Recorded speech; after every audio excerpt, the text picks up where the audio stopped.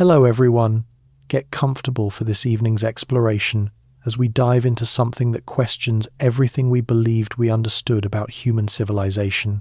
Before settling in completely, please take a second to give this video a like and hit subscribe if you truly appreciate these in-depth investigations into history's overlooked mysteries. Drop a comment telling me your location and what hour it is where you are. I'm always amazed to witness this community stretching across the planet, all united by fascination with our ancient origins. Lower the lights if possible. Perhaps switch on a fan for that soft ambient sound, and let's begin this journey together. Tonight, our focus isn't simply on ancient deities or mythical rulers. We're diving into something much more disturbing and significant. Imagine if the Anunnaki, those entities referenced in Sumerian texts as coming down from the skies, weren't actually where the story starts. Imagine if they showed up to discover a world that was already old, a society already fading, a population that possessed its own lost history reaching back into the fog of ages. The Sumerians themselves point toward this idea. Their documentation mentions 8 kings who governed before a massive flood overwhelmed the world. These monarchs held power for incredible lengths of time, durations calculated not in standard years, but in measurements called sars, nurse, and sosses. We're discussing rulers who apparently led for tens of thousands of years. The conventional explanation rejects these as legend, as overstatement, as the jumbled recollections of a pre-literate society attempting to comprehend their beginnings. But stop for a second and think about the other possibility. What if we're the confused ones? What if our convenient timeline of human progress, our orderly sequence from basic to advanced, from nomadic hunter to agricultural settler to urban resident, is the actual myth? What if the Sumerians were documenting real happenings, real chronologies, real accounts that we reject simply because they contradict our assumptions? The clay tablets cannot deceive. They rest in museums worldwide, thousands upon thousands, inscribed with precise cuneiform writing, documenting names and figures and occurrences with careful attention. These weren't unsophisticated people carving arbitrary markings into dirt. These were skilled scribes educated in intricate writing methods, preserving official documentation for temple collections and royal archives. The Sumerian king list appears in numerous copies, discovered at various locations throughout Mesopotamia. The most intact version, carved on a clay prism, currently housed in the Ashmolean Museum at Oxford, measures roughly 8 inches in height. It was fashioned around 2100 BCE during the 3rd dynasty of Ur, yet it references sources that are considerably more ancient. The scribe responsible for this specific copy worked from previous tablets, gathering and arranging information that had been ancient already when he existed. He was producing a reference document, an all-encompassing catalogue of every leader who had wielded authority in Mesopotamia from the absolute beginning of time. And that beginning, according to this list, commenced with a straightforward yet meaningful declaration. After the kingship descended from heaven, the kingship was in Eridu. Not after humanity came into being, not after the gods chose to create civilization. After kingship descended from heaven. This wording is intentional, thoughtfully selected. It implies that kingship, the idea of structured governance, of political power, originated from another place. It was delivered, bestowed, descended. It didn't develop organically from human communities organizing on their own. It arrived from above, from the skies, from the realm of the divine, and it touched down initially in Eridu. Eridu. The name reverberates throughout Sumerian writings like a faraway chime, summoning us toward origins we can scarcely grasp. Every significant text that addresses beginnings, creation, the founding of cosmic structure, references Eridu. It was the initial city, the original settlement, the location where the heavens and the earth converged. The Sumerians didn't merely accept this. They understood it with the conviction that emerges from passed-down tradition, from accounts transmitted across generations upon generations, from shared memory extending beyond the scope of single lifetimes. The location of ancient Eridu sits in southern Iraq, roughly 12 miles southwest of ancient Ur in the present day. It's known as Tel Abu Sharain, an isolated mound rising above the level desert terrain. When archaeologists initially started digging there during the early 20th century, they uncovered layer after layer of habitation, structures erected upon the remnants of earlier structures, descending deeper and deeper through the levels of time. At the most profound depths, in the most ancient strata, they discovered something extraordinary. A temple. Not an enormous ziggurat, not a huge stone edifice, but a modest shrine, barely larger than one room, built from mud brick sometime around 5000 BCE. Consider that date for a moment. 5000 BCE. 7,000 years in the past. This predated writing, predated the wheel, predated bronze implements, predated everything we connect with civilization. Yet here stood a temple, thoughtfully built, purposefully positioned, unmistakably fulfilling a sacred purpose. Somebody constructed this.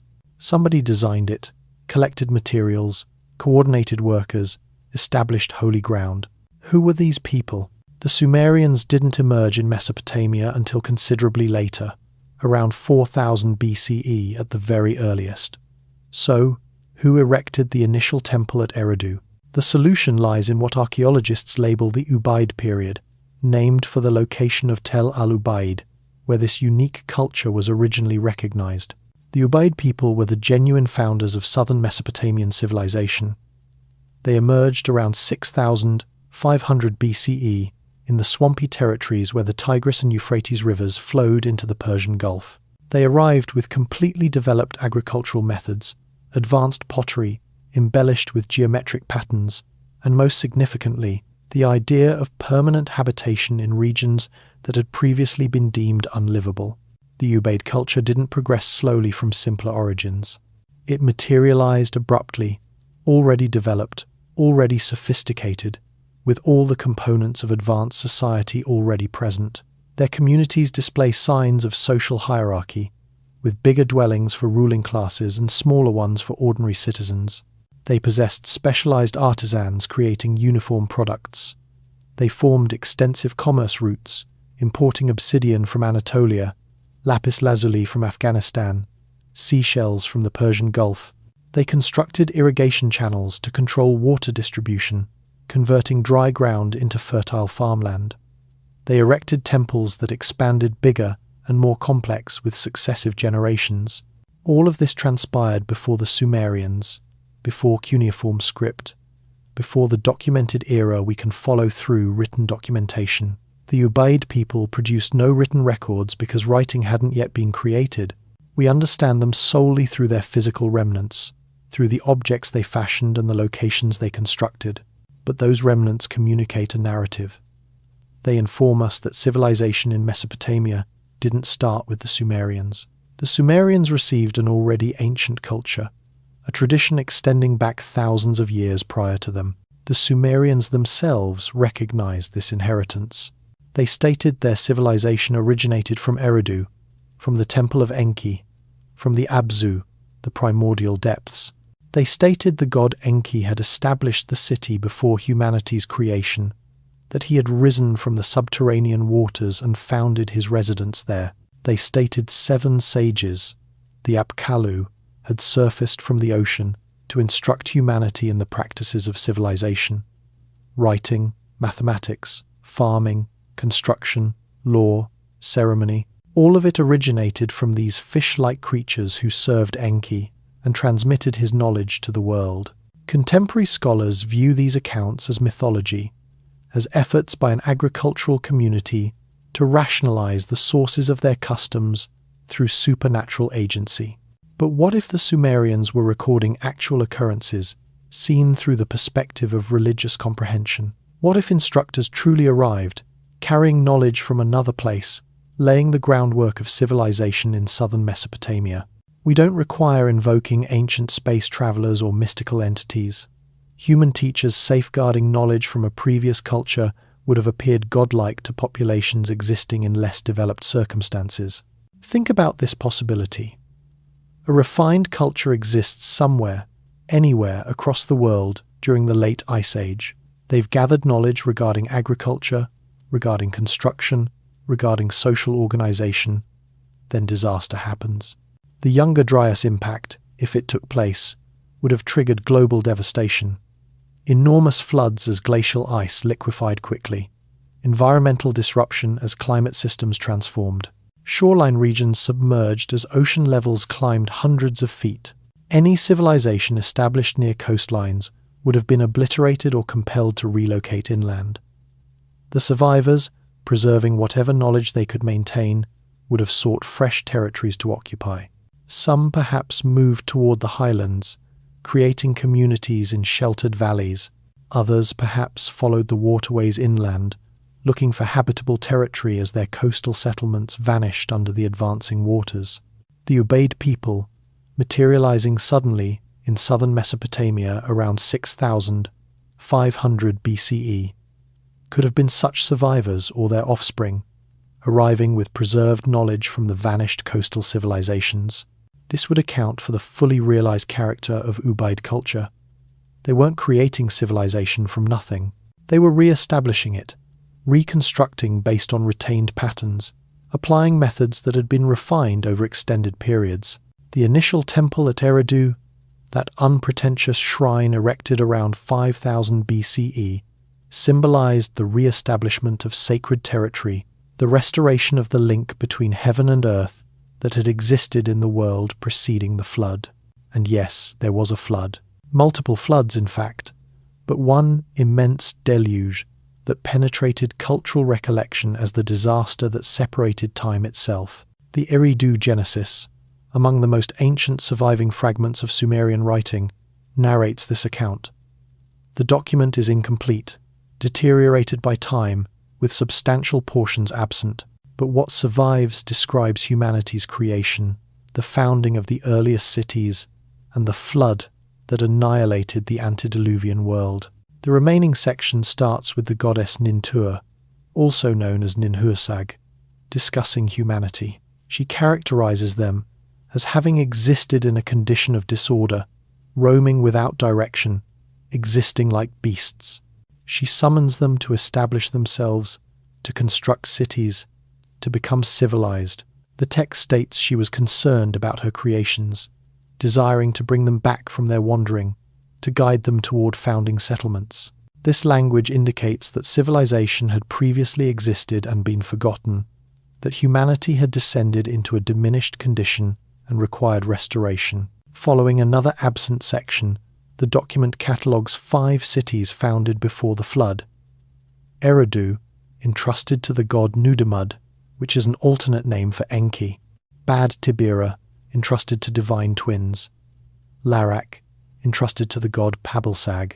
Sippar, entrusted to Utu, the sun god. Shuruppak, entrusted to the goddess Sud. 5 cities, each beneath the guardianship of a particular deity, each functioning as a hub of civilization in the antediluvian world. These aren't imaginary locations. Archaeological findings confirm that all 5 cities existed and were inhabited during the early phases of Mesopotamian history. But the document states they existed prior to the flood, so either they were reconstructed on identical locations following the deluge, preserving sacred continuity, or the flood itself wasn't as devastating as the story implies, or the chronology we attribute to these happenings is incorrect. The document proceeds with humanity creating disturbance that troubled the god Enlil.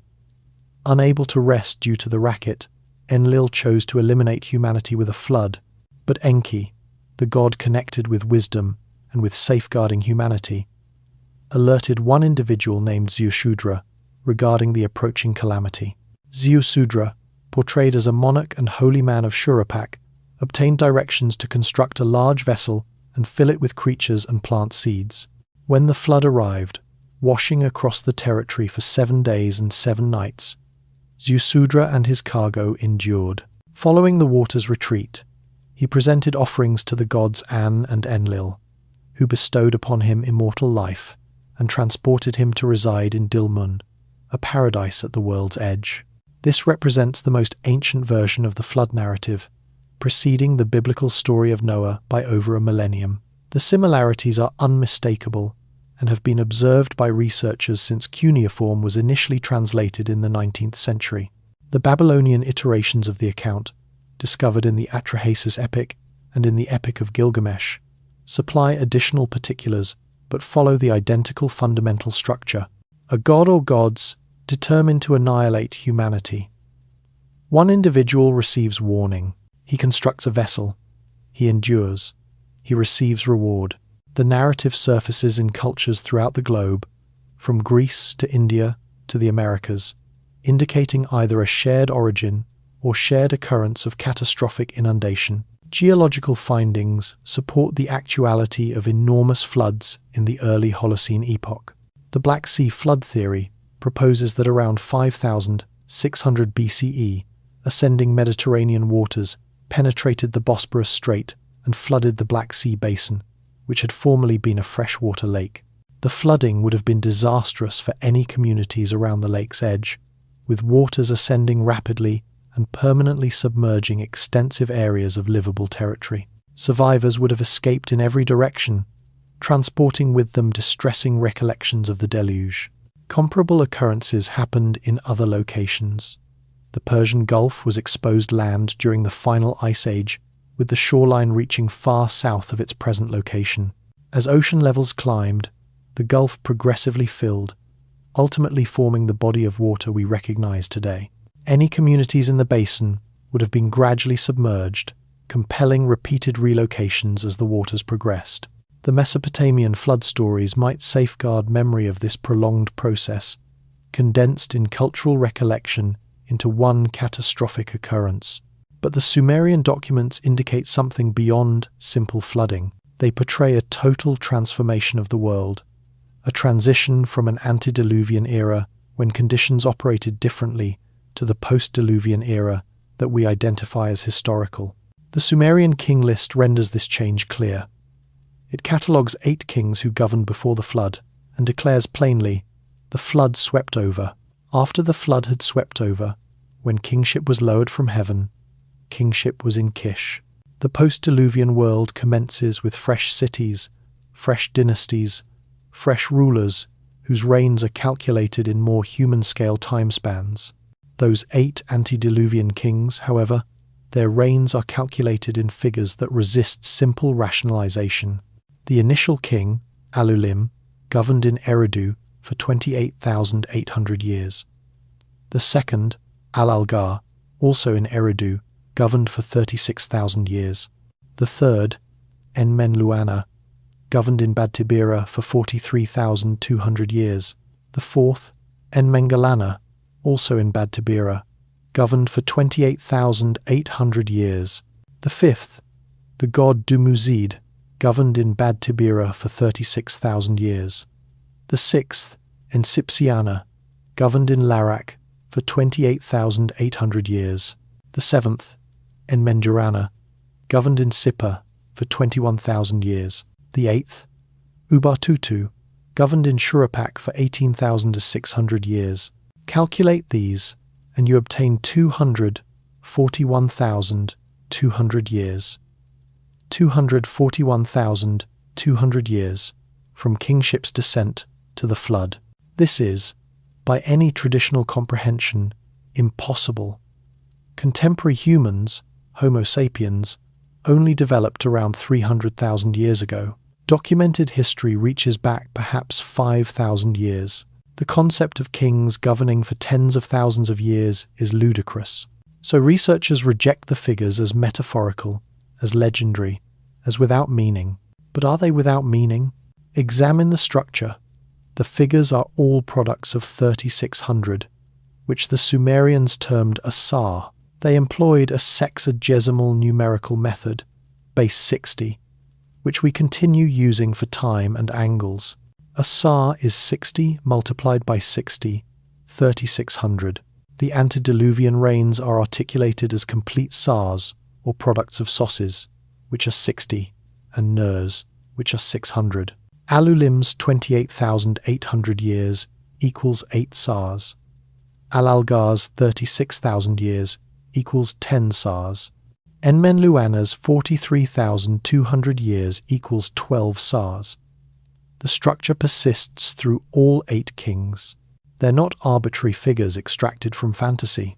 They're meticulously arranged, adhering to mathematical principles, conforming to the Sumerian numerical framework. This indicates they signify something, that they're preserving information in a particular manner. But what? Some researchers have suggested that the figures symbolize dynasties instead of persons, that each name represents a bloodline and the years signify the complete span of that dynasty's governance. This renders the figures more credible, but still demands cultures sustaining stability and continuity for thousands of years. Another view proposes the figures employ a different foundation than we presume, that translating from sexagesimal to decimal or modifying for different characterizations of time measurements might produce more acceptable numbers. Investigators have remarked that if you take the total of the antediluvian spans and contrast it to the total of the lifespans of the biblical patriarchs from Adam to Noah, treating the Sumerian figures as sexagesimal and the biblical figures as decimal, the sums are mathematically connected. This indicates both customs extracted from a shared source, safeguarding the identical numerical data in different frameworks. But maybe the most fascinating view is that the figures aren't quantifying time in the manner we comprehend it. What if they're preserving cycles, celestial periods, dynastic progressions, or some alternative category of information that the initial compilers grasped, but that we've misplaced the method to interpreting? The Sumerians were advanced mathematicians and stargazers. They monitored planetary trajectories, computed lunar patterns, forecasted eclipses. They grasped that time itself possesses dimensions, that various cycles function concurrently, that the universe moves following intricate tempos. Their king list might be documenting these cosmic tempos, articulating the association between earthly monarchy and heavenly configurations. The antediluvian kings might symbolize ages in a wider meaning, eras when various celestial arrangements prevailed, when various cosmic influences dominated. The flood designates the shift between immense cycles, the conclusion of one world epoch and the start of another.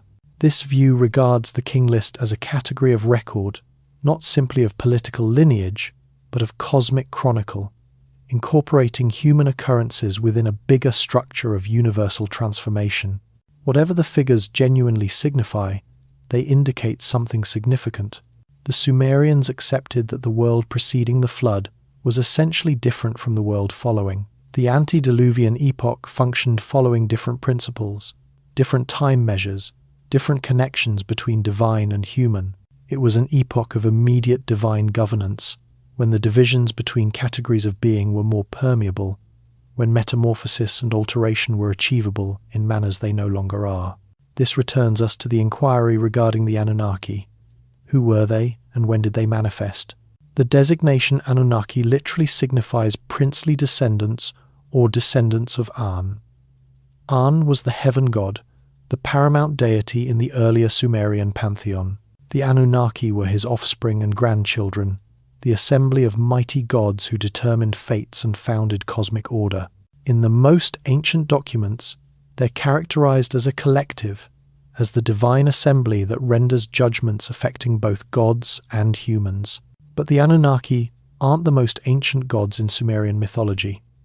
Prior to them arrived the primordial deities, the cosmic energies that existed at the start. An himself possessed parents. He surfaced from the combination of primordial foundations. In the Eridu custom connected with Enki, the most ancient deity is Namu, the primeval ocean, who produced An and Kai, heaven and earth. In the Nippur custom connected with Enlil, the cosmic structure starts with the division of heaven and earth, with An claiming the heavens and Enlil the earth. These creation narratives portray a procedure of creation and division, of the undifferentiated wholeness of the start, separating into separate domains and separate deities. The primordial condition before creation appropriately started was distinguished by disorder, by the blending of components that should stay distinct, by the non-existence of names and fates and divisions. The Enuma Elish, the Babylonian creation poem that extracts from older Sumerian sources, starts with a portrayal of this primordial condition. when the heavens above were not yet named, nor earth below pronounced by name, when primordial Apsu, their begetter, and maker Tiamat, who bore them all, had mixed their waters together, no reed hut had been matted, no marshland had appeared, when no gods whatever had been brought into being, uncalled by name, their destinies undetermined, then gods were born within them. This is the start, the complete source.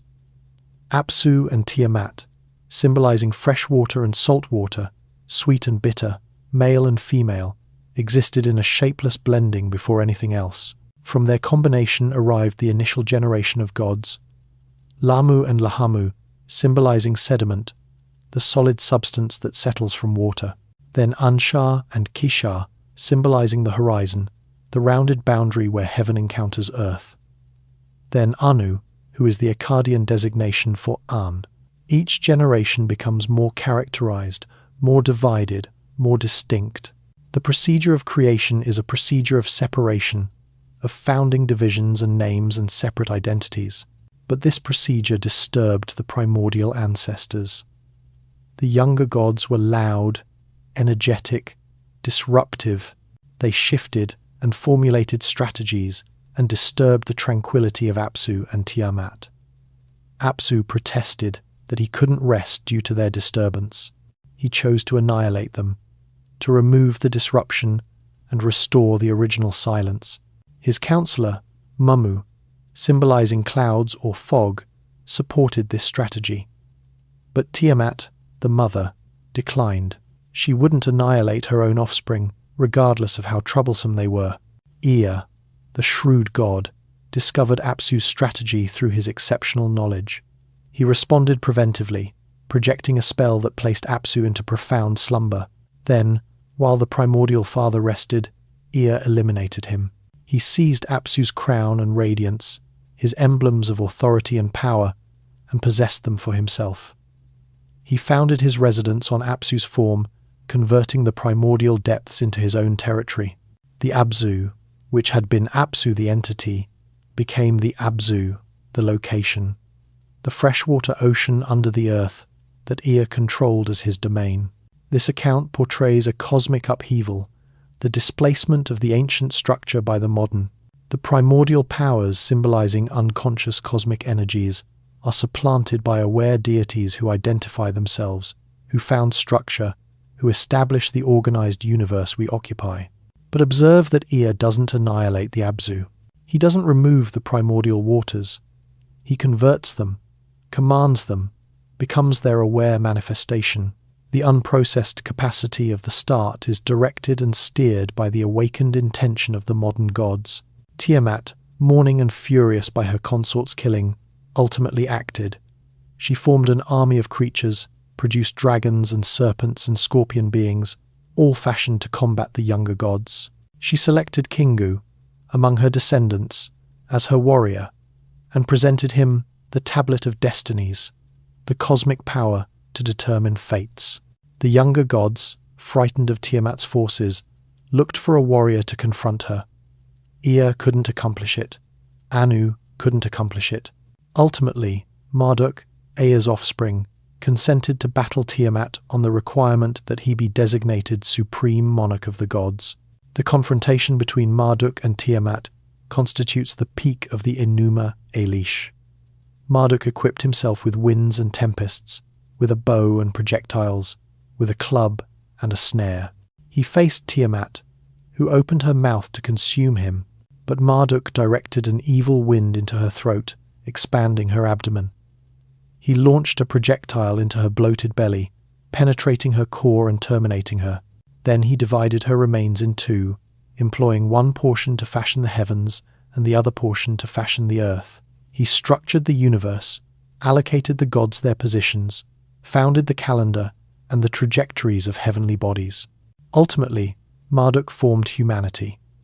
He accomplished this by terminating Kingu, Tiamat's warrior, and employing his blood, combined with clay, to shape the initial humans. The intention of this creation was direct. Humans were fashioned to attend the gods, to execute the work that the gods had formerly accomplished themselves, to sustain the temples and supply offerings and reverence. In the Babylonian theology, humanity exists as attendants, fashioned from the blood of a rebellious god, bearing within us the capacity for both attendance and defiance. This creation account, documented in Babylon around 1200 BCE, but extracting from considerably older Sumerian sources, presents a highly particular cosmology. The universe starts in disorder. Aware deities surface from unaware energies. The modern gods displace the ancient through aggression. Structure is founded through domination. Humanity is fashioned as an afterthought, as attendants to alleviate the gods of work. It's a shadowy perspective in certain respects, illustrating existence as emerging from struggle and being preserved through hierarchy and control. But it's also a perspective that recognizes the actual energies functioning in the universe. Disorder must be dominated for structure to exist. Unaware energies must be rendered aware and steered. The primordial wholeness must be separated for separate objects to surface. Creation demands destruction. Modern forms demand the conversion of ancient ones. The universe is not a peaceful, balanced location. It's a conflict zone where contradictory energies struggle, where structure and disorder are in persistent discussion, where steadiness is continuously provisional and hard-earned. The Sumerians grasped this.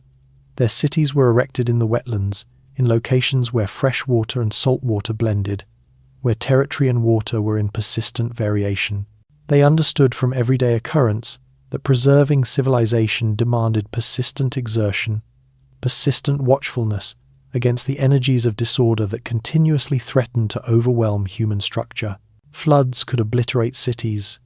Droughts could devastate harvests. Invasions could overturn kingdoms. The universe itself appeared positioned between structure and collapse, demanding continual restoration and strengthening. The Enuma Elish was recited yearly during the Akitu celebration, the Babylonian New Year observance. This wasn't simply narrative. This was magical preservation, ceremonial reinforcement of cosmic structure. By recreating the creation, by ceremonially repeating Marduk's triumph over Tiamat, the population and clergy were engaging in the continuous stabilization of reality itself. They were declaring, structure exists, disorder was vanquished, the universe maintains cohesion, and we restore this truth through our ceremonial performances. But here's what's fascinating regarding all of this, in connection to our initial inquiry regarding what existed prior to the Anunnaki.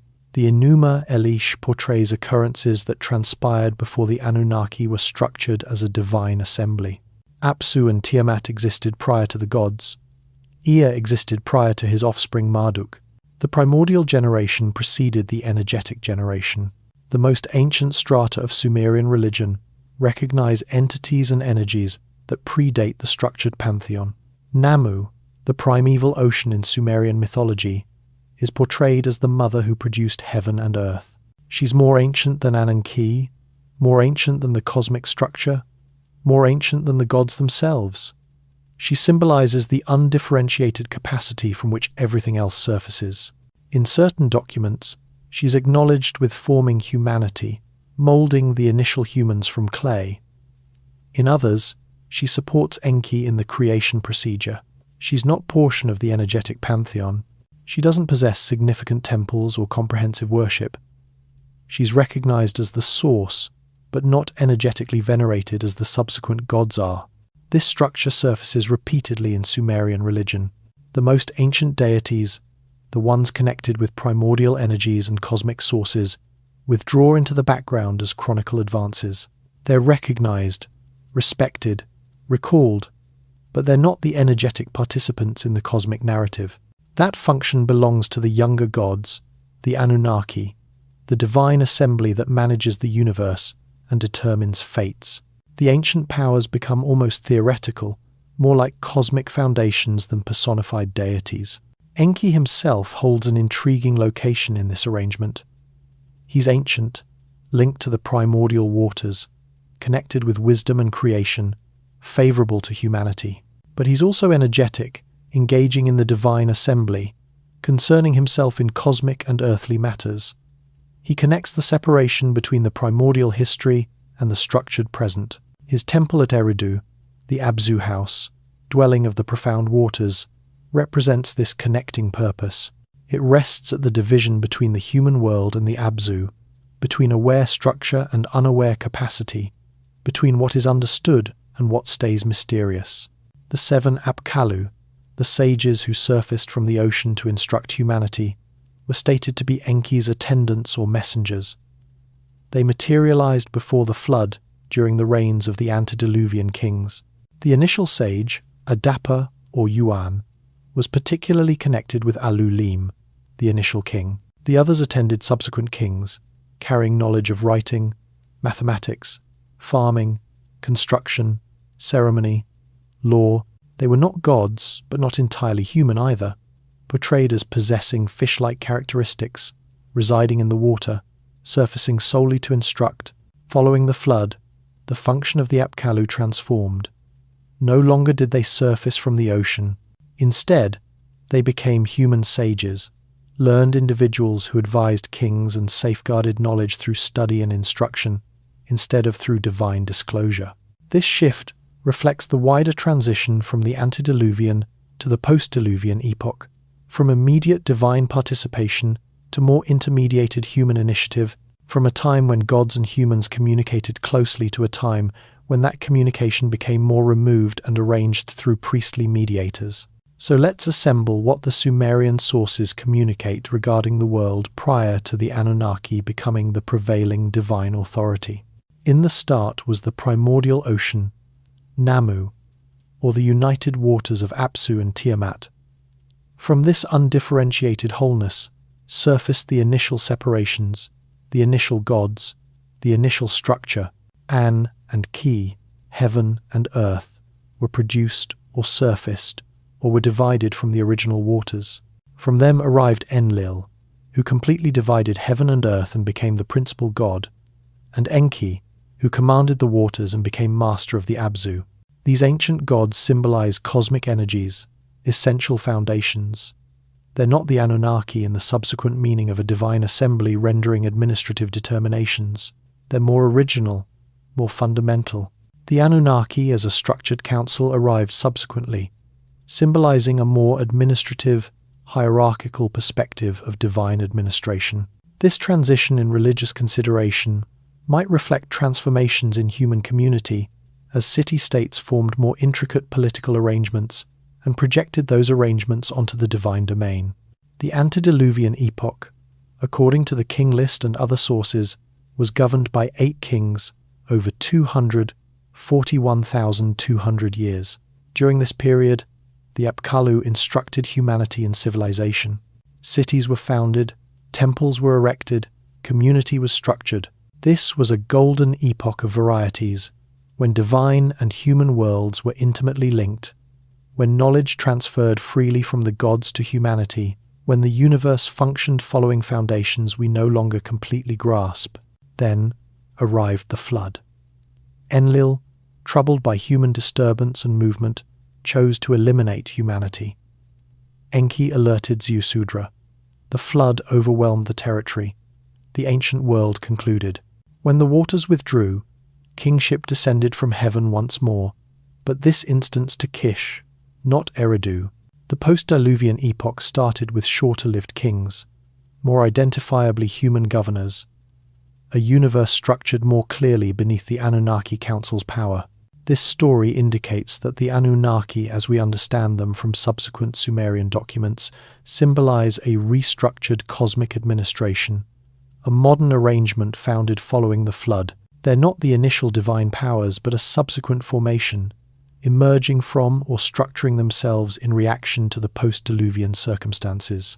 The ancient gods, Namu, Apsu, even Enki, in his primordial character, symbolize the previous structure. The world prior to the Anunnaki assumed their recognizable shape. And what regarding humanity in all of this? The documents present numerous creation accounts, each highlighting different facets.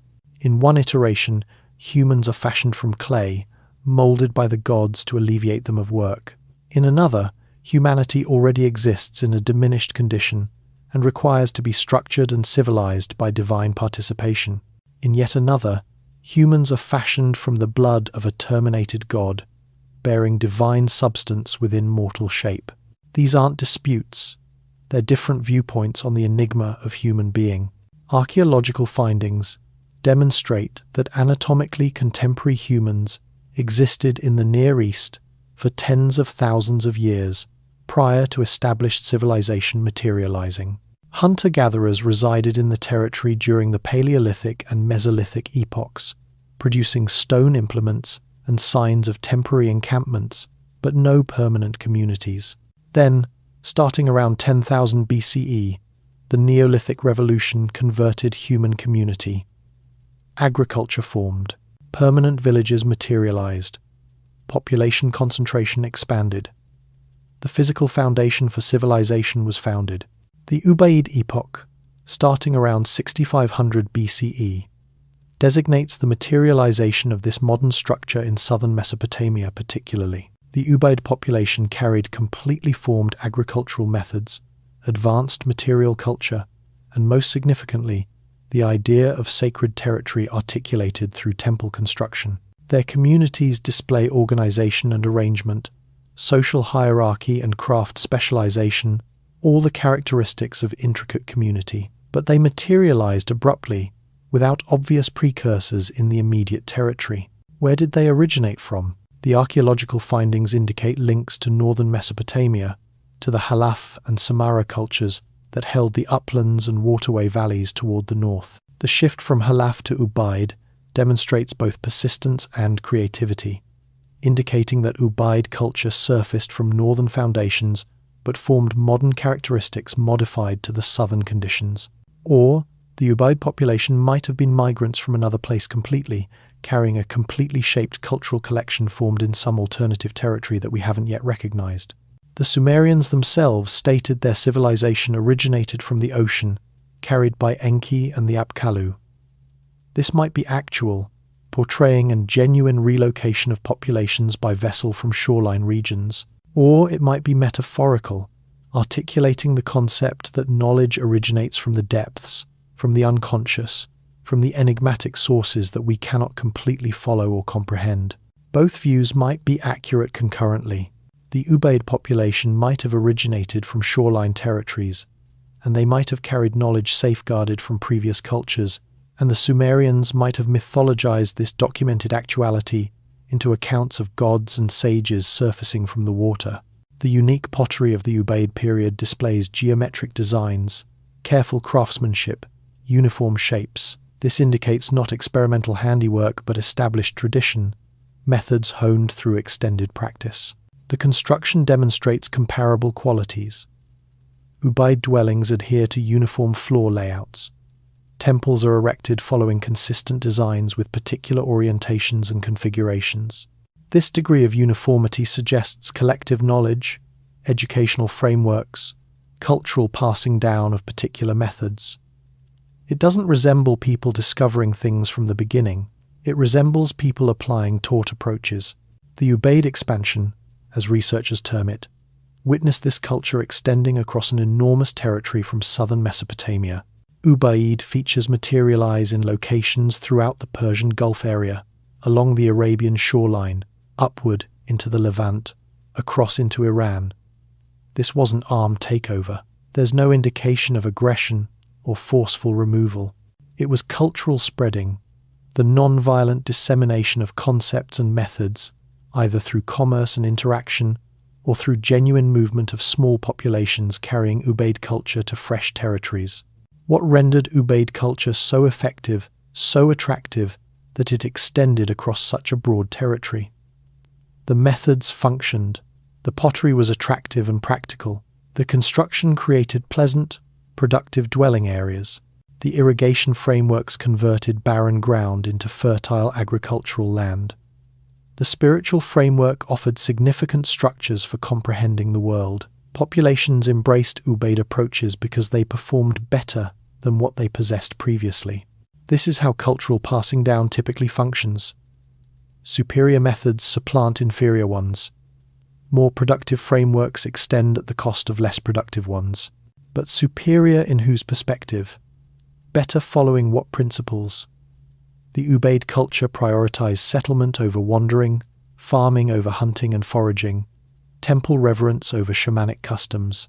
These principles originated from somewhere, were formed by someone, fulfilled particular objectives. They weren't universal human principles. They were the principles of a specific culture at a specific moment, influenced by specific situations and historical occurrences. The extension of Ubaid culture wasn't predetermined or organic. It was a particular historical occurrence with origins and results. One result was the sidelining of alternative lifestyles. Hunter-gatherer populations who had resided sustainably in the territory for millennia were displaced or integrated into the farming communities. Wandering herders discovered their pasture territories claimed by cultivators. Different cultural principles, different approaches of connecting to the territory and to one another were supplanted by the Ubaid collection. This wasn't inherently positive or negative. It was transformation, alteration, the supplanting of one world with another. And this returns us to a vital inquiry. If the Ubaid epoch symbolizes the founding or refounding of civilization in Mesopotamia, what existed previously? Not simply the direct Paleolithic and Mesolithic cultures, but the more profound history suggested in Sumerian documents, the antediluvian epoch with its impossibly extended reigns, and its learned sages and its demolished cities. Did something exist that we haven't yet discovered, that might be interred more profoundly than we've dug, that might have been situated in territories now submerged or obliterated by geological activities? The archaeological approach possesses constraints. We can solely discover what has persisted, and persistence is not arbitrary.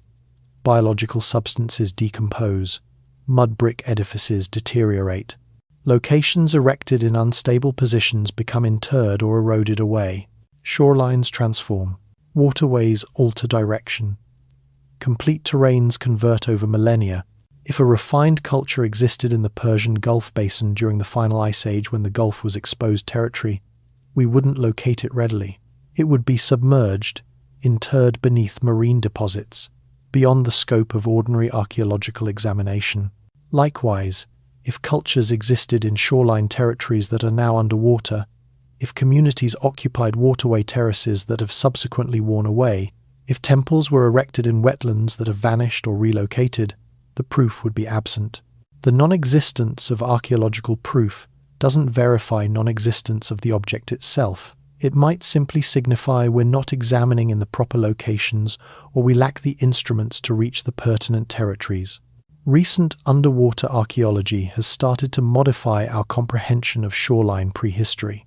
Submerged locations throughout the world demonstrate that humans did reside in territories now underwater, that shorelines during the Ice Age accommodated substantial populations, that our representation of the history has been incomplete because we concentrated on presently exposed territory.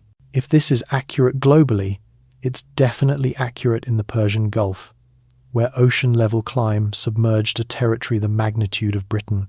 The Gulf Oasis hypothesis suggests that during reduced ocean-level epochs, the Gulf Basin was a freshwater sanctuary nourished by the united Tigris, Euphrates, Karun, and additional waterways. This would have been an optimal setting for human habitation, with plentiful water, productive soils, reach to both riverine and shoreline resources. Populations could have expanded, large and intricate communities formed. Then, as ocean levels climbed following the Ice Age, this paradise was gradually submerged, compelling populations to relocate to elevated ground. Some of these migrants might have traveled northward into the Mesopotamian territories, materializing around 6,500 BCE and founding what we label the Ubaid culture. They would have carried with them recollections of the submerged sanctuary, accounts of the territory that was forgotten, stories that ultimately became the flood legends documented in Sumerian documents. Eridu, founded at the northern boundary of the wetlands where fresh water and salt water blended, might have been purposefully positioned to mirror the forgotten homeland, to restore symbolically what had been forgotten physically. This is conjecture, but it's founded conjecture grounded in geological realities and archaeological configurations. We understand ocean levels climbed drastically following the Ice Age. We understand shoreline populations would have been removed. We understand that Mesopotamian flood legends exist and are uniform across numerous sources. We understand that Sumerian spirituality connects Eridu with water, with origins, with the division between worlds. Linking these realities into a unified story demands some creativity, but it's not unreasonable imagination. It's historical restoration grounded in accessible proof. The antediluvian kings in the Sumerian king list might symbolize the governors of this forgotten Gulf civilization. Their impossibly extended reigns might preserve actual chronology, employing a framework we don't completely comprehend, or might symbolize dynasties instead of persons, or might be representative of the immense antiquity of the custom they symbolize. The 8 kings governing from 5 cities might relate to a genuine political structure, a confederation of city-states in the Gulf Basin, each with its own governor, cooperating and contending in the recognizable configurations of early civilization. When the flood arrived, when ascending waters submerged the basin, this political structure would have disintegrated. The survivors escaping northward would have transported with them the recollection of what was forgotten. The designations of the cities would have been safeguarded. The designations of the kings would have been recalled. The custom of civilization, of urban existence, structured around temples and governed by divinely authorized kings, would have been passed down, but the particulars would have diminished, converted through generations of verbal passing down into the mythologized narratives we discover in the written documents. Ziusudra, the flood champion, might have been a genuine historical person, a governor or holy man who coordinated the departure of his city as the waters climbed, who rescued what could be rescued and guided survivors to protection. The vessel in the story might represent this rescue mission, this safeguarding of populations and knowledge. His bestowal of immortal existence might symbolize his conversion into cultural recollection, his permanence as a mythical founder person who connects the worlds preceding and following the disaster. The Apkallu, the 7 sages, might have been the most learned persons from the antediluvian civilization, the ones who transported the most knowledge, who grasped the frameworks and methods that rendered civilization achievable. They would have instructed the survivors, refounded the groundwork, coordinated the fresh communities following recalled configurations. Over time, they became mythologized as semi-supernatural creatures surfacing from the ocean, but they might have commenced as genuine instructors safeguarding genuine knowledge from the forgotten world. Enki, the god connected with all of this, might symbolize the personification of the knowledge itself, the wisdom custom that these instructors safeguarded and passed down. The Abzu, the primordial depths that was his domain, might represent the unconscious depths where recollection resides, where knowledge rests until it's awakened and carried to awareness. To state that Enki resided in the Abzu before humanity was fashioned might signify that the knowledge custom existed before its present manifestation, that wisdom precedes its employment, that capacity precedes realization. These views regard the Sumerian legends as preserved history instead of pure imagination. They presume that the documents safeguard genuine information regarding genuine occurrences, seen through spiritual comprehension and converted by verbal passing down, but maintaining a foundation of truth. This strategy demands thoughtful examination, separating between representative language and actual portrayal, between theological addition and historical foundation. It's not continuously achievable to divide these cleanly. The legends combine them purposefully, articulating historical occurrences through supernatural intervention, clothing human performances in mystical appearance. But the effort is valuable because the option is to reject the documents as without meaning, to presume that the Sumerians were simply fabricating things, forming arbitrary accounts with no link to actuality. This does them an injustice. These were refined people with intricate intellectual customs. Their spiritual documents fulfilled numerous objectives. They rationalized the world. They validated social structures. They safeguarded knowledge. They passed down principles. They preserved history. To diminish them to one purpose, to regard them as solely mythology or solely theology or solely basic science overlooks their complexity. The Sumerian worldview recognized dimensions of actuality, dimensions of time, dimensions of significance. The gods were actual as cosmic energies. They were also representations of natural occurrences. They were also personifications of social purposes. They were also figures in accounts that instructed moral and practical lessons. All of these purposes coexisted without dispute. An account could be historically accurate, theologically significant, morally educational, and practically beneficial all simultaneously. Contemporary reasoning tends to divide these categories inflexibly. History is truthful or imaginary. Legends are either actual or fabricated. Science and spirituality are contradictory. Actual and representative are reciprocally opposed. But the Sumerians didn't reason this manner. For them, the representative was as actual as the literal. The theological was as truthful as the historical. The cosmic and the individual were interwoven. To comprehend their documents demands adopting, at minimum temporarily, their approach of perceiving the world. So when they declare that kingship descended from heaven, they signify numerous things concurrently. Actually, the organization of kingship was founded by supernatural command, presented to humanity as a present or requirement from the gods. Representatively, kingship symbolizes cosmic structure required on earthly disorder, the supernatural foundation of hierarchy appearing in human community. Historically, the idea of kingship might have been presented by instructors from another place, carrying political innovations from more progressive cultures. Theologically, kingship links the earthly governor to heavenly authorities, rendering the king a connector between human and supernatural domains. All of these significances are accurate concurrently. Separating them, examining them individually, assists us comprehend the document. But the complete significance surfaces solely when we reassemble them, when we grasp how the Sumerians possessed all these dimensions of comprehension simultaneously. They weren't bewildered or unsophisticated. They were refined, perceiving links and parallels that we've acquired to disregard or reject. The identical pertains to the antediluvian epoch and the flood and the founding of post-diluvian civilization. These stories function on numerous dimensions. They're cosmic legends regarding the creation and restoration of structure. They're historical recollections of genuine disasters and relocations. They're theological declarations regarding supernatural human connections.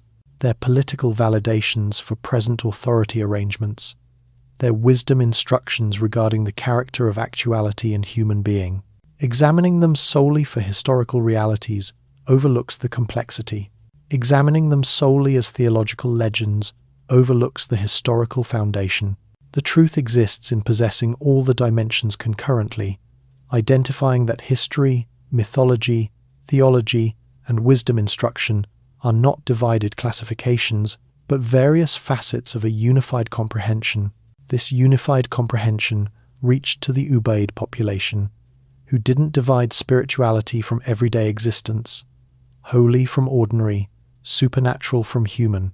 Their temples weren't divided from their communities. They were at the hub, the coordinating foundation around which everything else rotated. The temple wasn't simply a location of reverence. It was a storage facility, a congregation location, a management hub, a representative representation of cosmic structure. The clergy weren't simply spiritual experts. They were supervisors, documentation keepers, stargazers, healers, instructors. Spirituality and community were one integrated framework.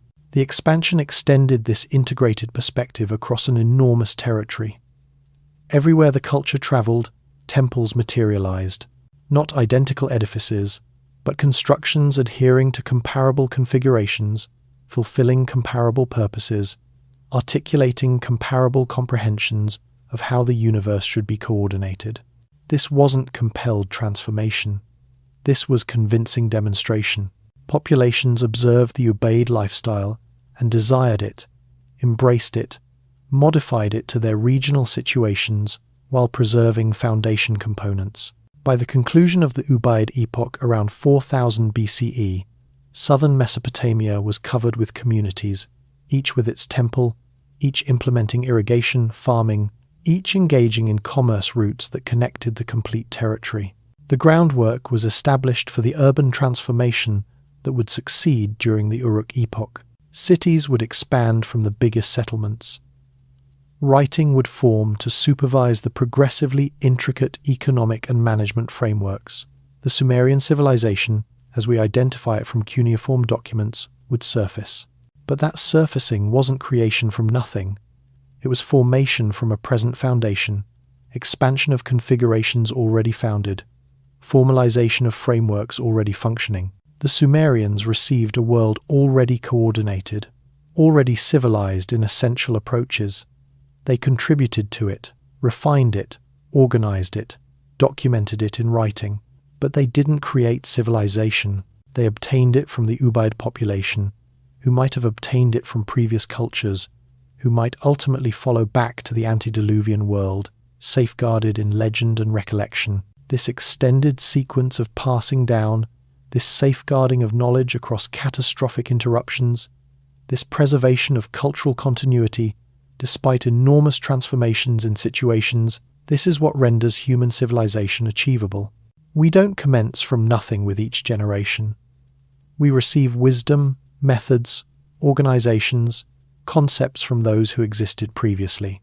We adjust and modify them, contribute our own additions, deliver the enhanced custom forward to those who arrive following.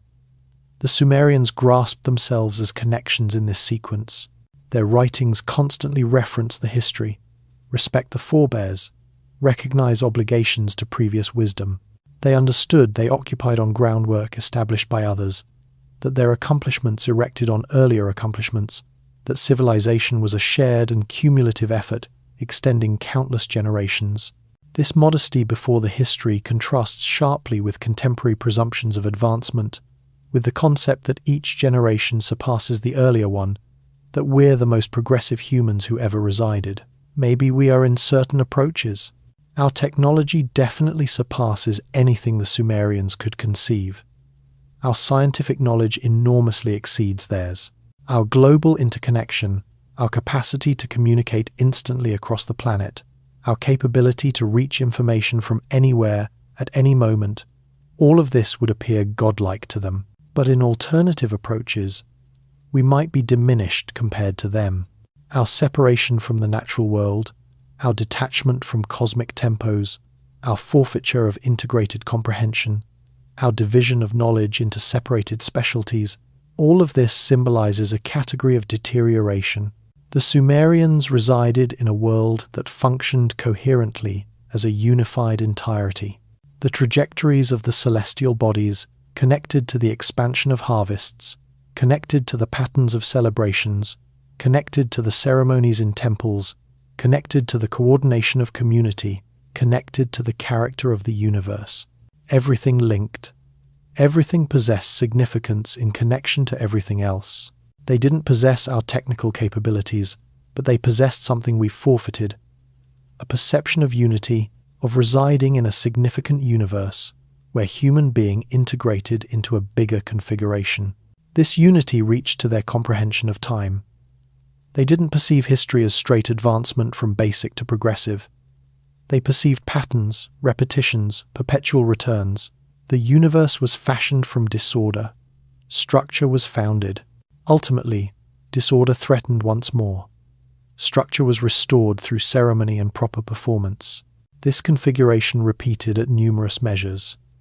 Yearly patterns of cultivating and collecting, generational patterns of youth and maturity, dynastic patterns of ascent and descent, cosmic patterns of creation and annihilation.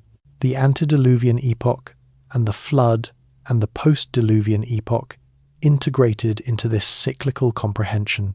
They symbolized one rotation of the immense wheel, one complete pattern of structure surfacing from disorder, prospering, being obliterated, and being restored. This pattern had transpired previously. It would transpire once more. Humanity's responsibility was to preserve structure during the epoch of prospering, to safeguard knowledge across epochs of obliteration, to reconstruct when disorder withdrew and permit structure to restore. We're in such an epoch currently, a period of comparative structure and steadiness, at minimum in the perception that civilization exists and operates globally. But the Sumerian viewpoint cautions us not to accept this for certain. Structure is provisional. Disorder continuously awaits. Disaster can happen at any moment. Our obligation is to safeguard what matters, to preserve the knowledge and wisdom that permits civilization to operate, to arrange for the likelihood that we might require to reconstruct. What would we safeguard if our civilization disintegrated? What knowledge is fundamental? What methods are essential? What accounts must be communicated to safeguard our comprehension of who we are and where we originated from? The Sumerians contemplated these inquiries. Their solution was to erect temples of lasting substances, to document their knowledge on clay tablets that would persist for millennia, to preserve verbal customs transmitted through educated experts who committed to memory and passed down them precisely, to incorporate their most significant truths in ceremonies implemented regularly by complete communities. We've adopted various strategies. Our knowledge exists fundamentally in digital shape, susceptible to electromagnetic disturbances or cyber invasions or simple data deterioration. Our substances are frequently less lasting than Sumerian clay. Our verbal customs have diminished as we've arrived to depend on written and documented media. Our ceremonies have deteriorated in significance and engagement. We're forming a civilization that's more refined in numerous approaches, but also more delicate, more reliant on frameworks that could collapse catastrophically. The Sumerians would identify this susceptibility. They resided with the recollection of disaster, with the understanding that the world previously had been obliterated and solely portions safeguarded. This recollection influenced their culture, rendered them cautious, rendered them appreciate safeguarding and passing down. They understood that forfeiture was achievable, that knowledge could be disregarded, that civilization could disintegrate. They functioned energetically to prevent this, to preserve continuity, to deliver the flame forward. We've forfeited this perception of delicacy. We presume advancement is predetermined, that our civilization will persist and extend, that the future will be superior than the present. This presumption renders us satisfied. We don't contemplate what requires to be safeguarded because we don't contemplate anything will be forfeited. We don't arrange for disaster because we don't accept disaster is achievable, or at minimum, not probable enough to concern about. But the Sumerian documentation reminds us otherwise. They communicate that immense civilizations have descended previously, that knowledge has been forfeited and possessed to be painstakingly retrieved, that disasters transpire, floods arrive, worlds conclude, and they communicate that persistence is achievable, that safeguarding is achievable, that civilization can be reconstructed if sufficient knowledge and wisdom and resolve persist the calamity.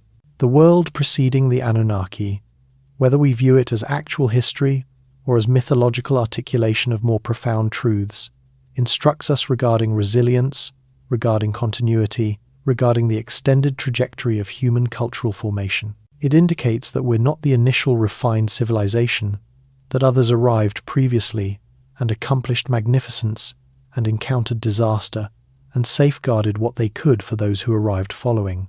And it reminds us that the Anunnaki themselves, the gods we understand from Sumerian documents, were not the start but a formation and development, a restructuring of supernatural authority that transpired in reaction to transforming situations. Preceding them were more ancient gods, primordial energies, cosmic authorities that functioned following various foundations. The shift from the ancient structure to the modern reflects shifts in human community, from the Ubaid epoch to the Uruk epoch, from pre-literate to literate, from decentralized to centralized, from adaptable to arranged. Each shift carried gains and forfeitures. The formation of writing permitted precise documentation and passing down of intricate information, but it also solidified verbal customs and fashioned divisions between literate ruling classes and illiterate populations. The centralization of political authority in city-states permitted large measure coordination and monumental erecting projects, but it also fashioned hierarchies and disparities. The formalization of spirituality into official state worships with professional clergy permitted refined theology and regular ceremonial implementation, but it also divided populations from immediate spiritual occurrence and rendered spirituality an instrument of political management.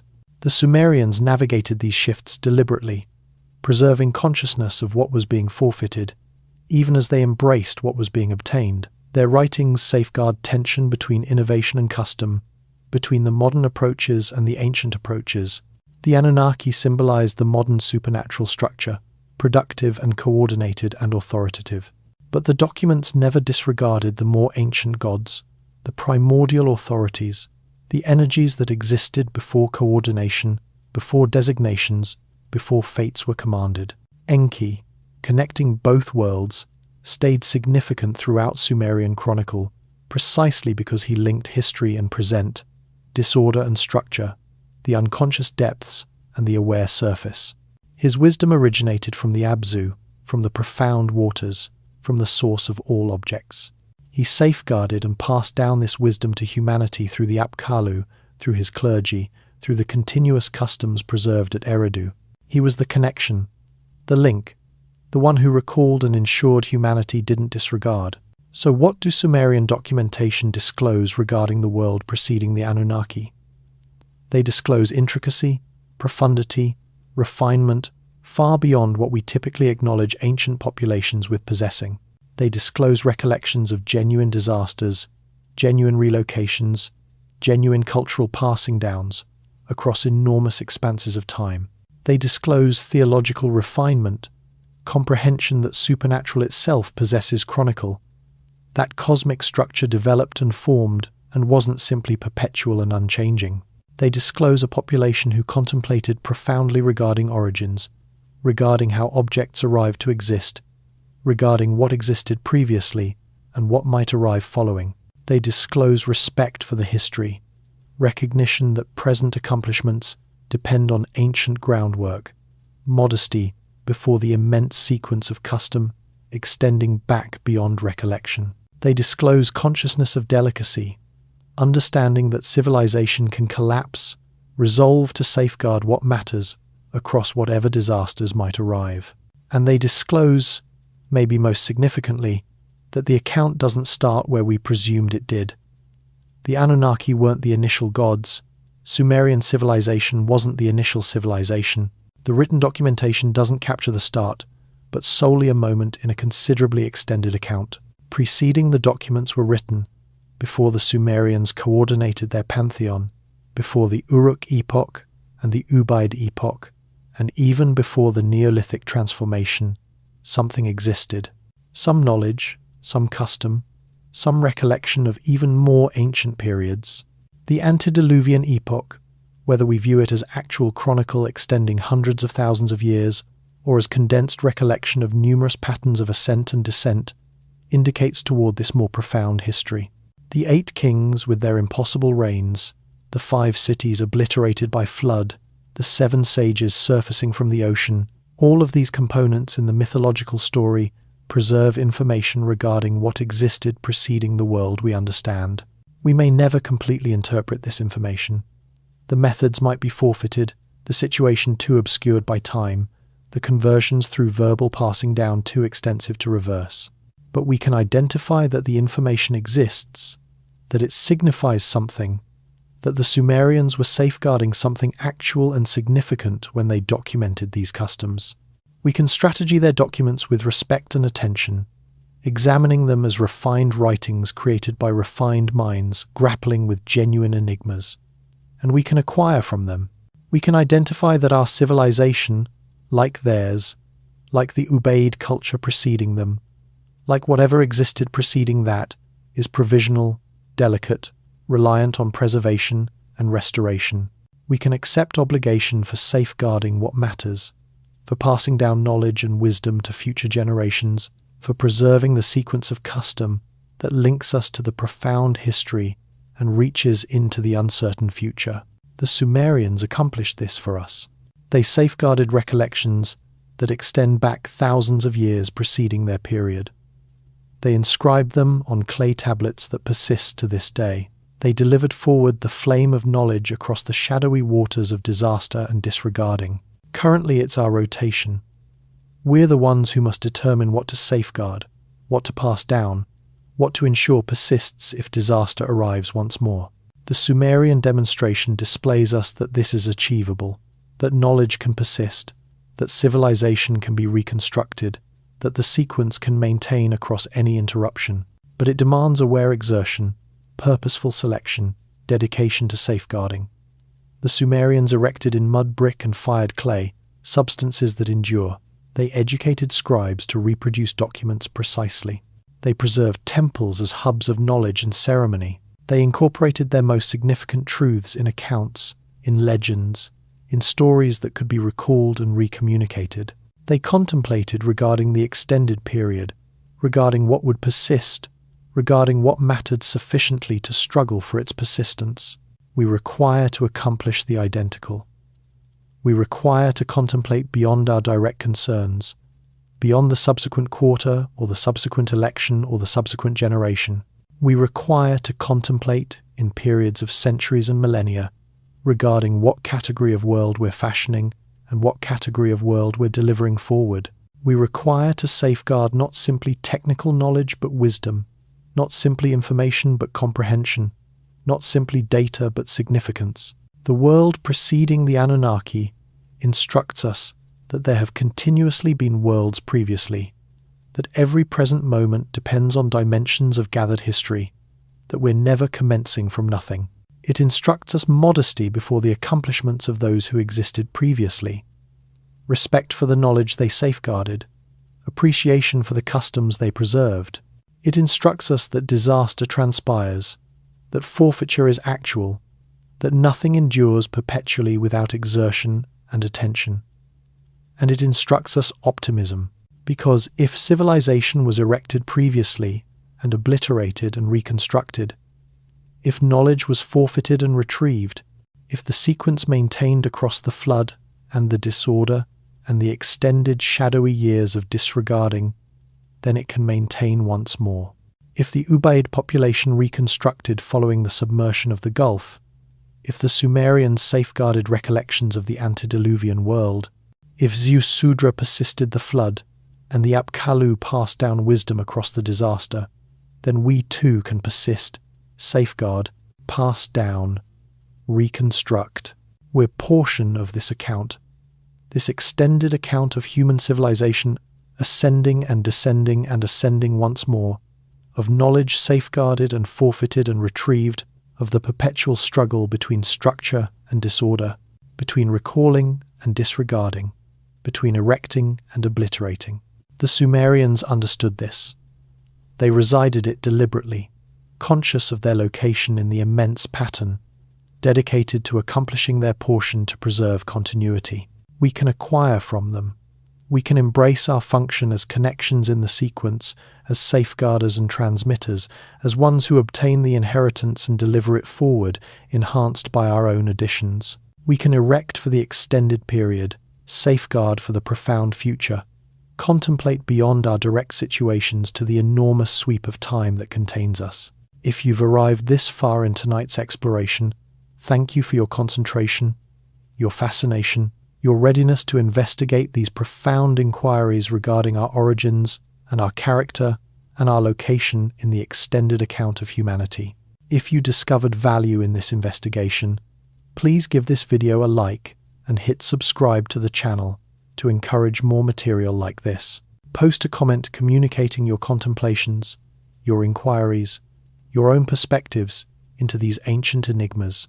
The dialogue persists beyond this video, in the community that congregates around these subjects, in the continuous shared investigation of who we are and where we originated from.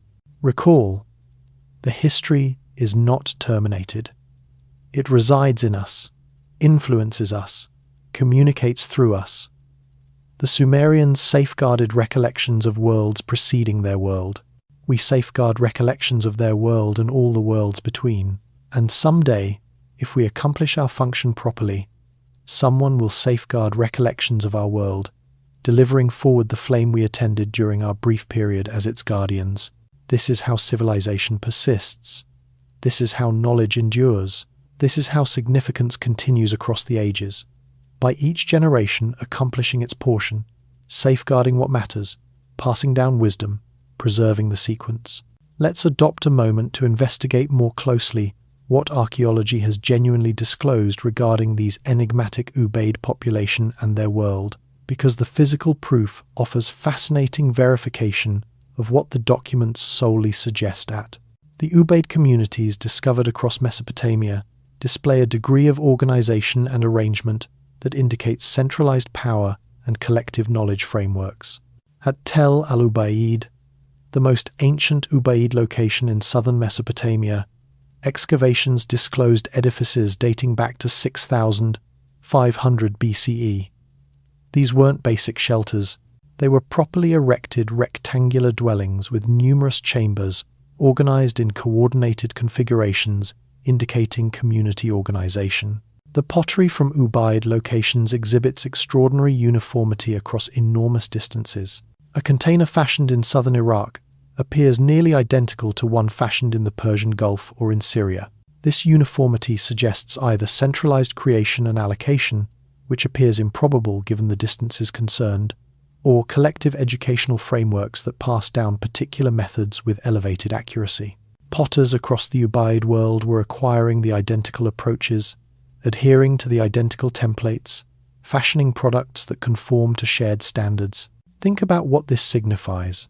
In a world without writing, without formal institutions, without any of the organizational mechanisms we connect with uniformity, the Ubaid population managed to preserve cultural consistency across thousands of square miles and numerous generations. They accomplished this through verbal custom, through apprenticeship frameworks, through thoughtful instruction and faithful acquisition. This degree of cultural passing down demands social edifices dedicated to safeguarding and delivering forward particular knowledge. It demands instructors who understand the proper approaches and students who acquire them accurately. It demands communities that appreciate this passing down sufficiently to allocate resources in preserving it. The Ubaid spiritual construction demonstrates comparable uniformity and comparable development. The most ancient temples, like the one discovered at Eridu, were unpretentious edifices, a single chamber oriented toward the cardinal directions with an altar or offering surface at one conclusion. Over time, these temples expanded more intricate. Additional chambers were contributed. The principal sanctuary became bigger and more complex. Painted embellishment materialized on the surfaces. By the late Ubaid epoch, temples were considerable constructions holding prominent locations in communities, unmistakably fulfilling as community concentration points. But here's what's extraordinary. At Eridu, each subsequent temple was erected immediately on top of the earlier one, preserving exact alignment and orientation. The constructors traveled to considerable exertion to safeguard the holy location, even when it would have been simpler to erect another place. This indicates profound reverence for the initial location, for the position where, following custom, the initial temple had been founded. They were preserving continuity with the start, with the origin point, with the groundwork. This configuration of erecting temples on top of previous temples persisted for thousands of years at Eridu. By the period the Sumerians were properly founded, the temple mound had expanded into an enormous ziggurat, ascending elevated above the surrounding terrain. But at its foundation, interred under dimensions of subsequent construction, was that initial unpretentious shrine from the Ubaid epoch. The link stayed uninterrupted. The thread ran continuous from 5000 BCE, all the approach through the Sumerian, Akkadian, and Babylonian epochs, ultimately concluding solely when the location was abandoned around 600 BCE, as the territory became too barren to encourage habitation. This nearly 4,000-year continuity at a single holy location is exceptional. It exhibits dedication to custom, to preserving links with the history, to respecting the groundwork. The clergy and population of Eridu in 1000 BCE were venerating in the identical position, oriented toward the identical directions, adhering to the identical ceremonial configurations as their forebears 30 centuries previously. They understood this. They appreciated this. They purposefully preserved it because continuity mattered, because link to the origins mattered, because the position where Enki initially ascended from the Abzu couldn't be abandoned or disregarded. Alternative Ubaid locations demonstrate comparable configurations, though none with entirely the identical extreme continuity as Eridu. Tel Abada in northern Mesopotamia disclosed Ubaid dwellings organized around a central courtyard with what seems to be a shared construction that might have fulfilled spiritual or management purposes. The community was organized, not arbitrary. Someone determined where constructions should travel, how they should connect to one another, how the community should coordinate its territory. This is urban organization, basic maybe by contemporary standards, but definitely organization, definitely aware coordination of human habitation. At Degementep in Turkey, Ubaid impact materialized in pottery and construction, displaying how distant the culture extended. At locations along the Arabian Gulf shoreline, Ubaid, ceramics and erecting styles materialize abruptly in the archaeological documentation, indicating colonization or at minimum strong commerce links. The route was enormous, the cultural impact widespread, the collective customs preserved across varied settings and regional circumstances. What maintained this route together? Not armed energy. There's no proof of fortifications during the Ubaid epoch, no weapons of conflict, no indications of struggle or domination. Not political wholeness. The communities seem independent, each self-administering without indications of centralized power beyond the regional dimension. The adhesive that maintained the Ubaid world together was cultural, spiritual, grounded in collective convictions and collective customs and collective dedication to preserving the custom. This is how knowledge travels in pre-literate communities, not through publications or formal direction, but through demonstration, through implementation, through engaging in collective ceremonies and collective function. A young individual acquiring to fashion pottery doesn't examine a manual. They observe an experienced potter, replicate the trajectories, implement until the methods become instinctive. A cultivator acquiring irrigation doesn't study construction. They function alongside those who understand the frameworks, acquire by accomplishing, integrate the knowledge through immediate engagement. The Ubaid population passed down their complete civilization, this approach: agriculture, pottery, weaving, erecting, irrigation, ceremonial implementation, all delivered from generation to generation through observation and replication and implementation. The precision of this passing down, the uniformity of the outcomes across enormous territories, confirms the power of their instructional frameworks, the commitment of their students, the significance their culture attributed to safeguarding and passing down proper knowledge. When writing ultimately formed during the Uruk epoch around 3400 BCE, it didn't supplant this verbal custom, it enhanced it. The most ancient writing was record-keeping, monitoring goods, and exchanges. Then it broadened to document ownership, to catalogue legal contracts, to record royal commands. Considerably later, it started documenting the verbal customs, the legends and poems and wisdom writings that had been passed down verbally for thousands of years. But even following writing's existence, considerable knowledge persisted to transfer verbally through immediate instruction, through physical practice that couldn't be captured in text. The shift from Ubaid to Uruk epoch witnessed dramatic alterations. Communities expanded into cities, modest temples enlarged into enormous temple structures. Social hierarchies became more evident with distinct separations between ruling classes and ordinary citizens. Writing materialized. Specialized trades formed. Commerce routes reached further.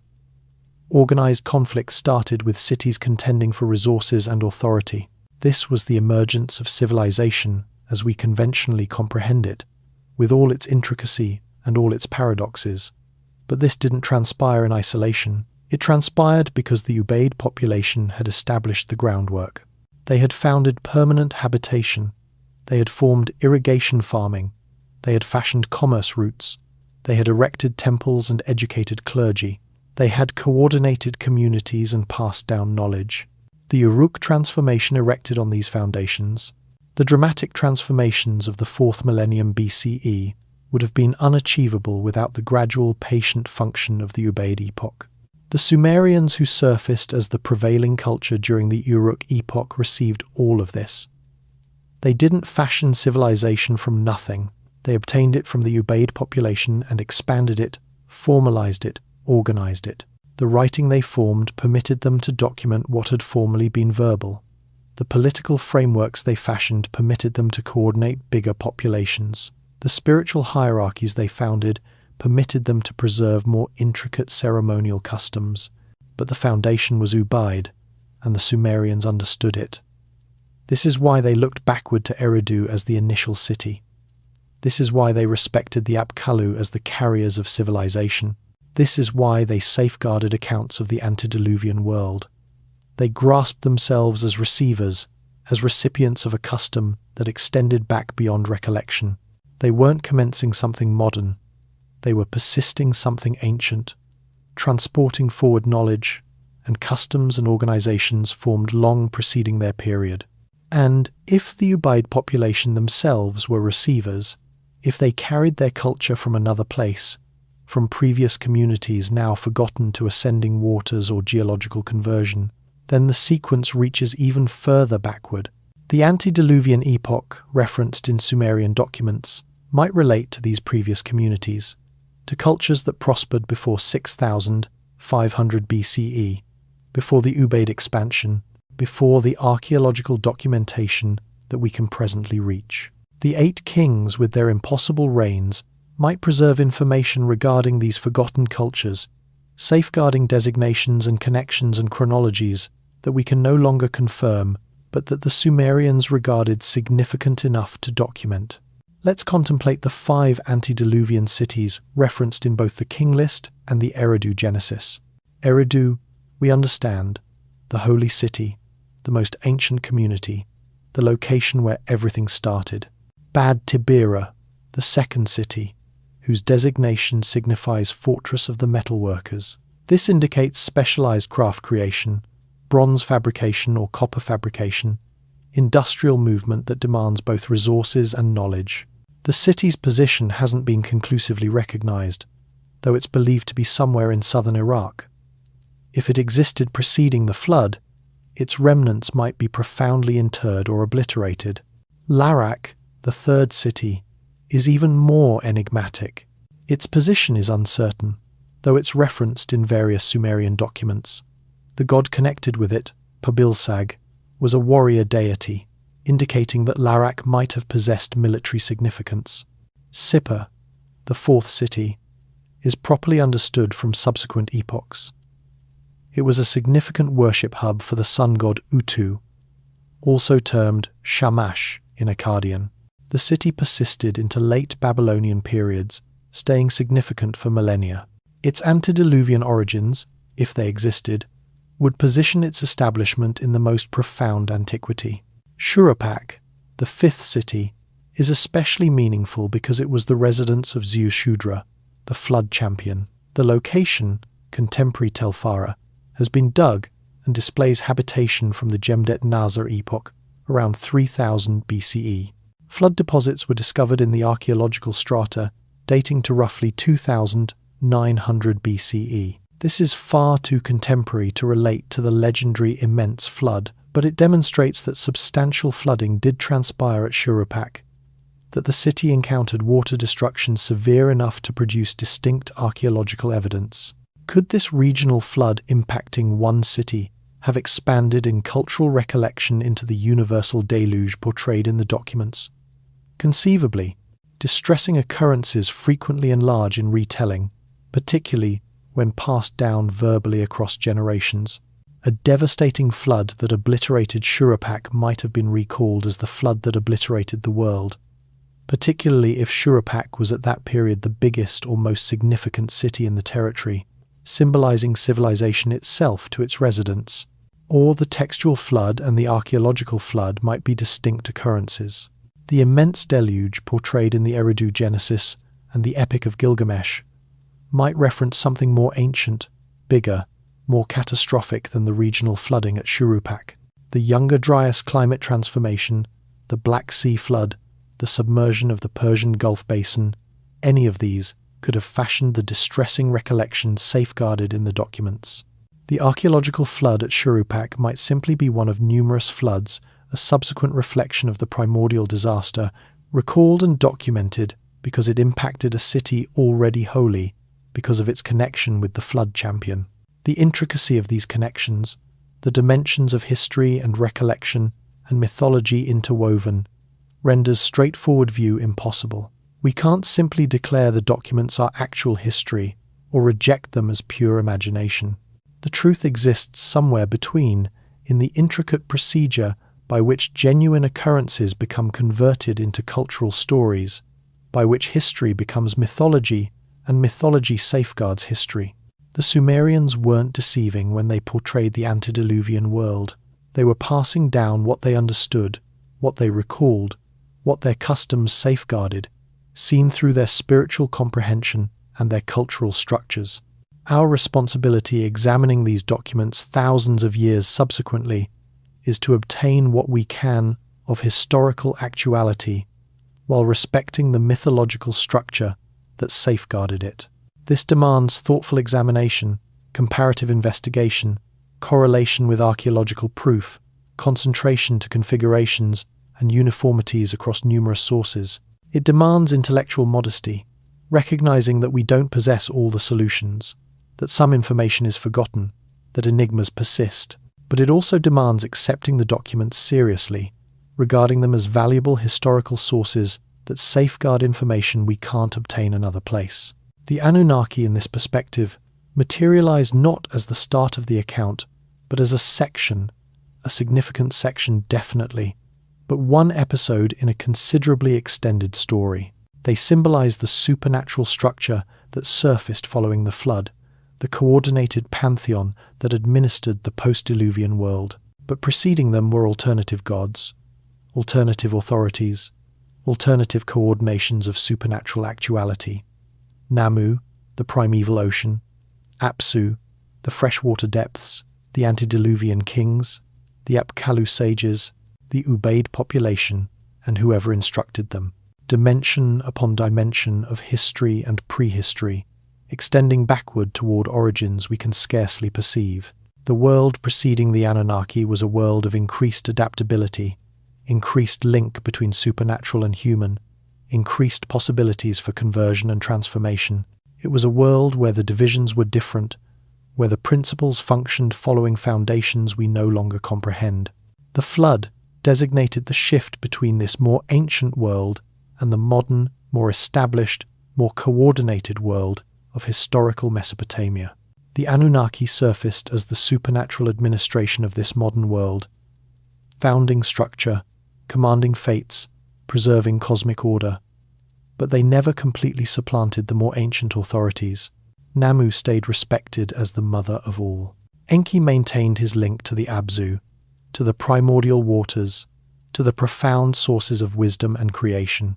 The recollection of the antediluvian world continued, safeguarded in documents, preserved in custom, respected at holy locations like Eridu, where the history and present converged. The Sumerians didn't disregard.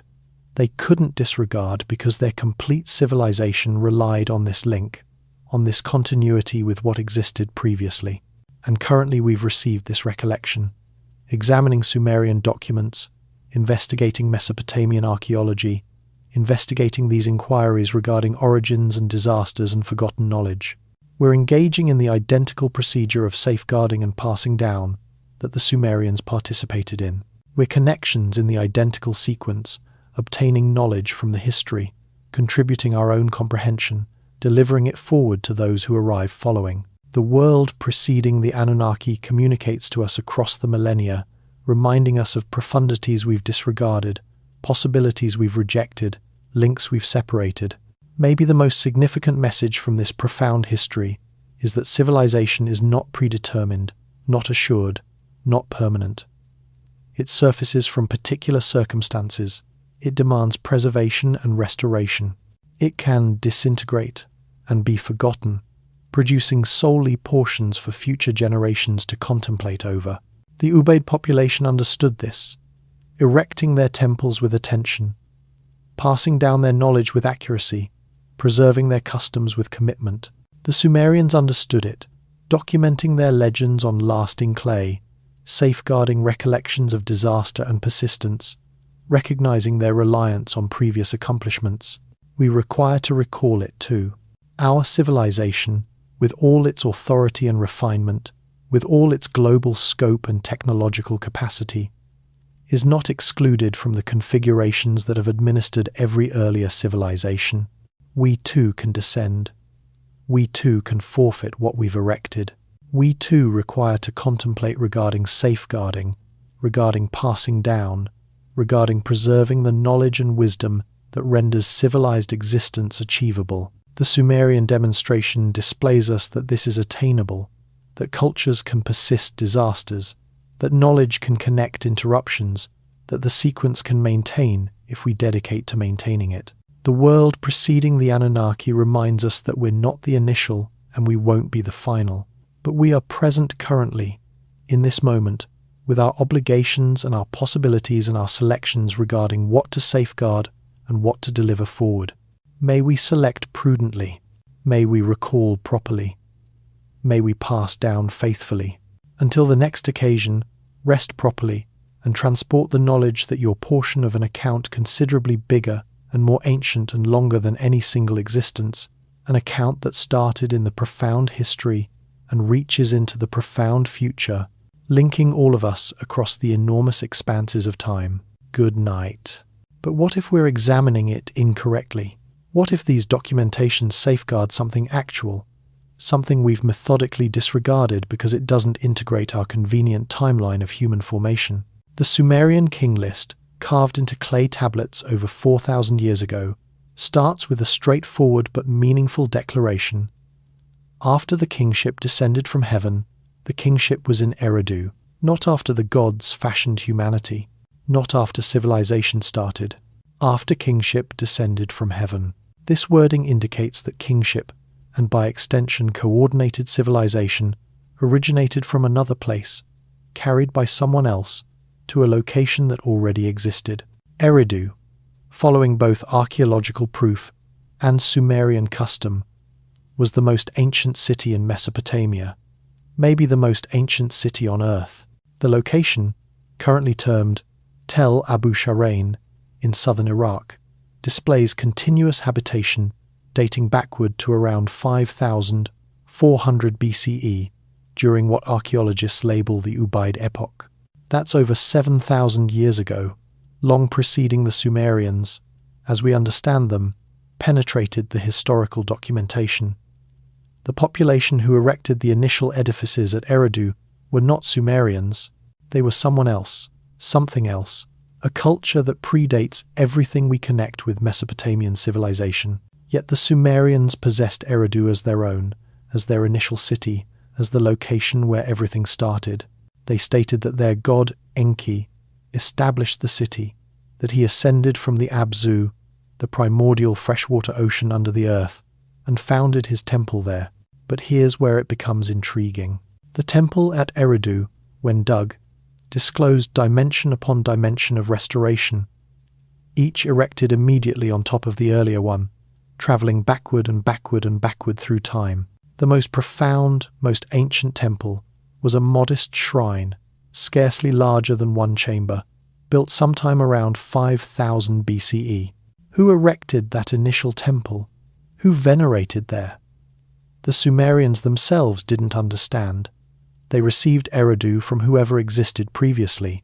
They embraced its holy condition, its spiritual significance, its location as the primordial city. They inscribed their own god into its mythology, possessed it as the residence location of Enki, the learned god of fresh water and creation. But under their stories, under their cuneiform tablets, exists something more ancient, something they recalled but didn't completely comprehend. The Eridu Genesis, among the most ancient creation stories ever discovered, communicates a different account than the one we've been instructed. This incomplete document, safeguarded on clay tablets dating to around 1,600 BCE, but definitely considerably more ancient in its verbal custom, portrays humanity's creation, the establishment of the initial cities, and the catastrophic flood that obliterated the ancient world. But it also contains suggestions, indications, portions of recollection regarding what existed before the gods we understand fashioned the world we identify. The document starts with an absent portion. The initial 36 lines are forgotten, deteriorated away by time, producing us with an incomplete representation. But researchers accept this portion portrayed the creation of humans and creatures and discussed what they term the dissolute being of mankind prior to civilization. Prior to civilization. This indicates that humans existed before cities, before farming, before the coordinated world. But the manner it's expressed in the portions we possess suggests something additional. It suggests that this pre-civilized condition was a descent from something, a deterioration, a forfeiture. When the document continues, we discover the goddess Nintur, also termed Ninhursag, addressing humanity. She summons them from their roaming being as wanderers to erect cities, temples, to become sedentary and civilized. This goddess who produced mankind is attempting to coordinate them, to provide them structure, to extract them from disorder. But why were they in disorder? What transpired to produce humanity to descend into this roaming, uncoordinated condition? The document doesn't state, at minimum not in the portions that persisted, but it indicates a separation, a fracture, an epoch when civilization existed and then terminated to exist, producing solely dispersed survivors residing like creatures. The story persists with Nintur designing to supply kingship and coordination to humans. Following another absent portion, the document catalogues the initial cities. Eridu, presented to Nudimud, which is an alternate designation for Enki. Bad Tibira, presented to the supernatural twins. Larak, presented to Pebblesag. Sippar, presented to the sun god Utu. Shurupak, presented to the goddess Sud. 5 cities, each allocated to a particular deity, each founded as a hub of civilization. These are the identical 5 cities referenced in the antediluvian portion of the Sumerian king list, the cities that existed preceding the immense flood. Here's what's extraordinary regarding this. The archaeological documentation verifies that these cities existed. Not all of them have been completely dug, but we understand where they were. We possess proof of their habitation, and that proof indicates something exceptional. These cities materialized abruptly, already formed, already displaying indications of refined urban organization, irrigation frameworks, monumental construction. There's no slow accumulation, no gradual progression from simple villages to intricate cities. They simply materialize in the archaeological documentation, completely shaped, as if someone designed them, founded them, coordinated them, following a pre-existing template. This configuration repeats across southern Mesopotamia during the Ubaid epoch. Communities emerge along the waterways and wetlands, each displaying comparable architectural designs, comparable pottery methods, comparable spiritual iconography. The culture extends quickly across the territory, supplanting or integrating whatever existed previously. Archaeologists portray this as the Ubaid expansion, an epoch when a unified cultural collection extended throughout Mesopotamia and beyond, extending as distant as the Persian Gulf, the Arabian Peninsula, and even the Iranian plateau. But who were the Ubaid population? Where did they originate from?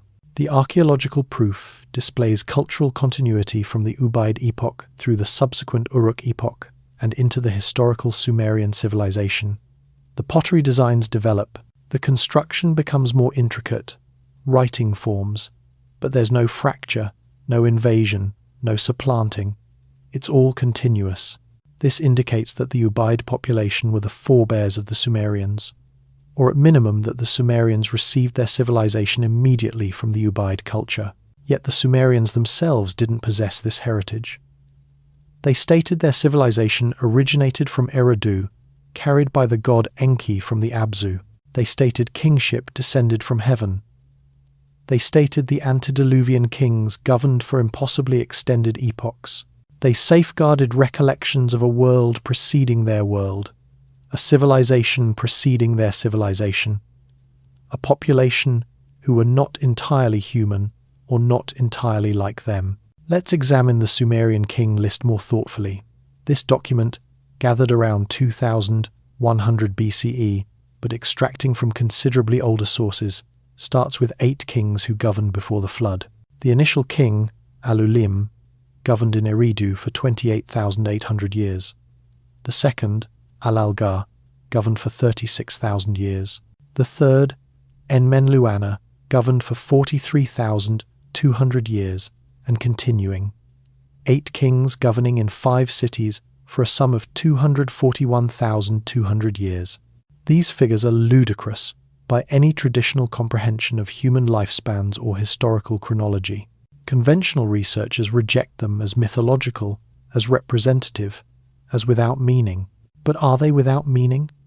The figures adhere to a configuration. They're all products of 3600, a measurement termed a sar in Sumerian mathematics. The Sumerians employed a sexagesimal numerical framework, base 60, which provides us our 60-second minutes and 60-minute hours. A sar symbolizes 3600, which is 60 multiplied by 60. The antediluvian kings' reigns are articulated in complete sars, or combinations of sars, ners which are 600, and sosses which are 60. Some investigators have indicated that these figures might be preserved differently than we presume, that they might employ a different foundation or symbolize something alternative than years. If you translate the total of the antediluvian epochs from sexagesimal to decimal, and contrast it to the total of the lifespans of the biblical patriarchs from Adam to Noah, you discover a remarkable numerical connection. The configurations correspond, the edifices align. This indicates that both customs, Sumerian and Hebrew, extracted from the identical older source, that they safeguard the identical information in slightly different shapes. But what information? What were they genuinely documenting? One likelihood, suggested by some researchers, is that these figures symbolize dynasties instead of persons, that each designation on the catalogue symbolizes a bloodline of governors, and the years symbolize the complete span of that dynasty's governance. This would render the figures more credible, though still exceptional. A dynasty governing for 28,800 years would demand technological or social steadiness beyond anything we've attained in documented history. Another likelihood, more debatable but valuable considering, is that the antediluvian kings were not completely human or not human in the manner we comprehend it. The Sumerian documents portray the Anunnaki as descending from the heavens, as entities of immense authority and knowledge who communicated with humanity. But the king list and alternative sources indicate that before the Anunnaki founded their authority, before the gods we understand assumed their locations in the pantheon, alternative entities governed the earth, entities whose lifespans and capabilities exceeded anything we can grasp. The document of the Eridu Genesis, following cataloguing the 5 antediluvian cities, portrays how humans started to produce disturbances that troubled the gods. Enlil, portrayed as the master of the universe governing from the cosmic freshwater ocean, couldn't rest because of the disruption.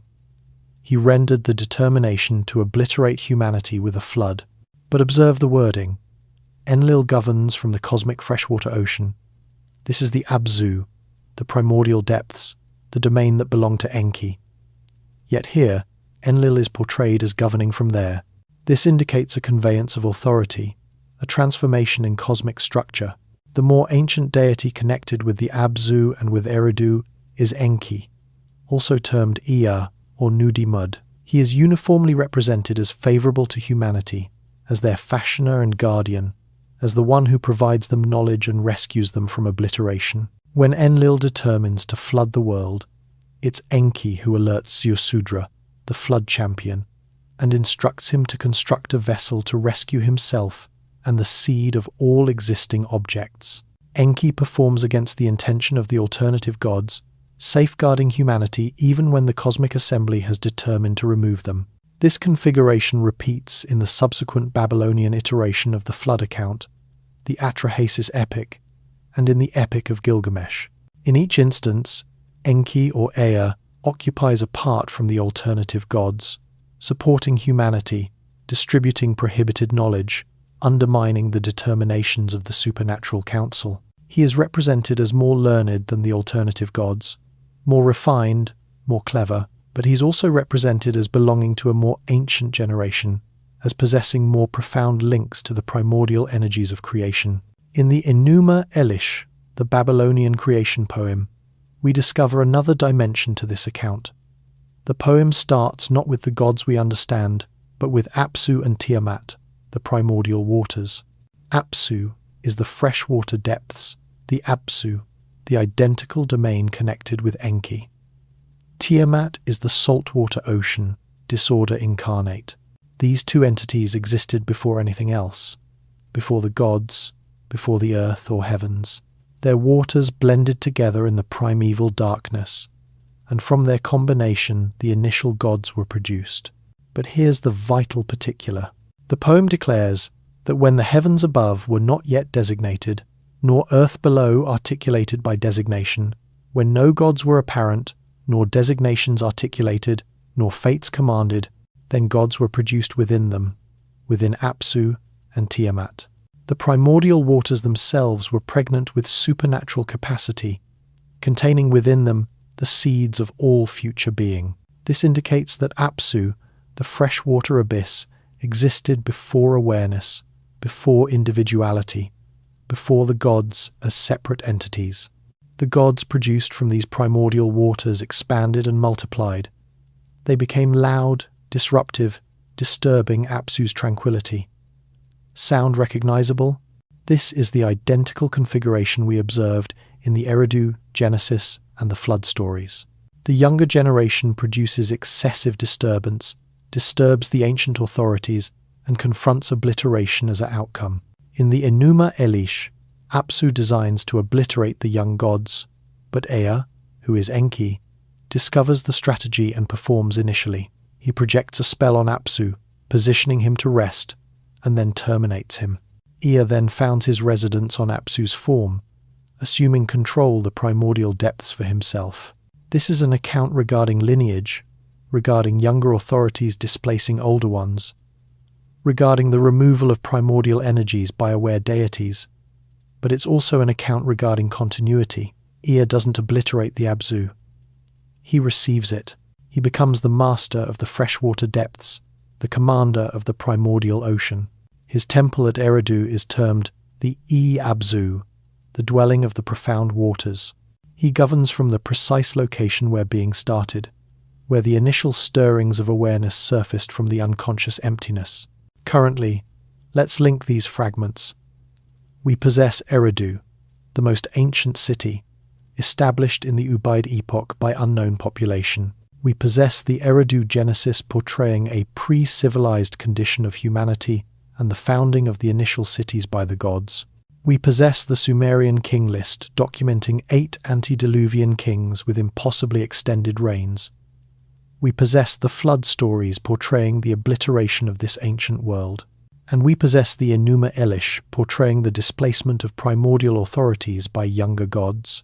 These are all fragments of the identical account, portions of one story dispersed across different documents and time epochs. The story indicates this. Before the Anunnaki, as we understand them, before Enlil and his council of gods, before the world was coordinated following the cosmic structure portrayed in Sumerian spiritual documents, there was something else, a primordial condition governed by primordial authorities, where the divisions between supernatural and human, between aware and unconscious, between structure and disorder, were not distinctly characterized.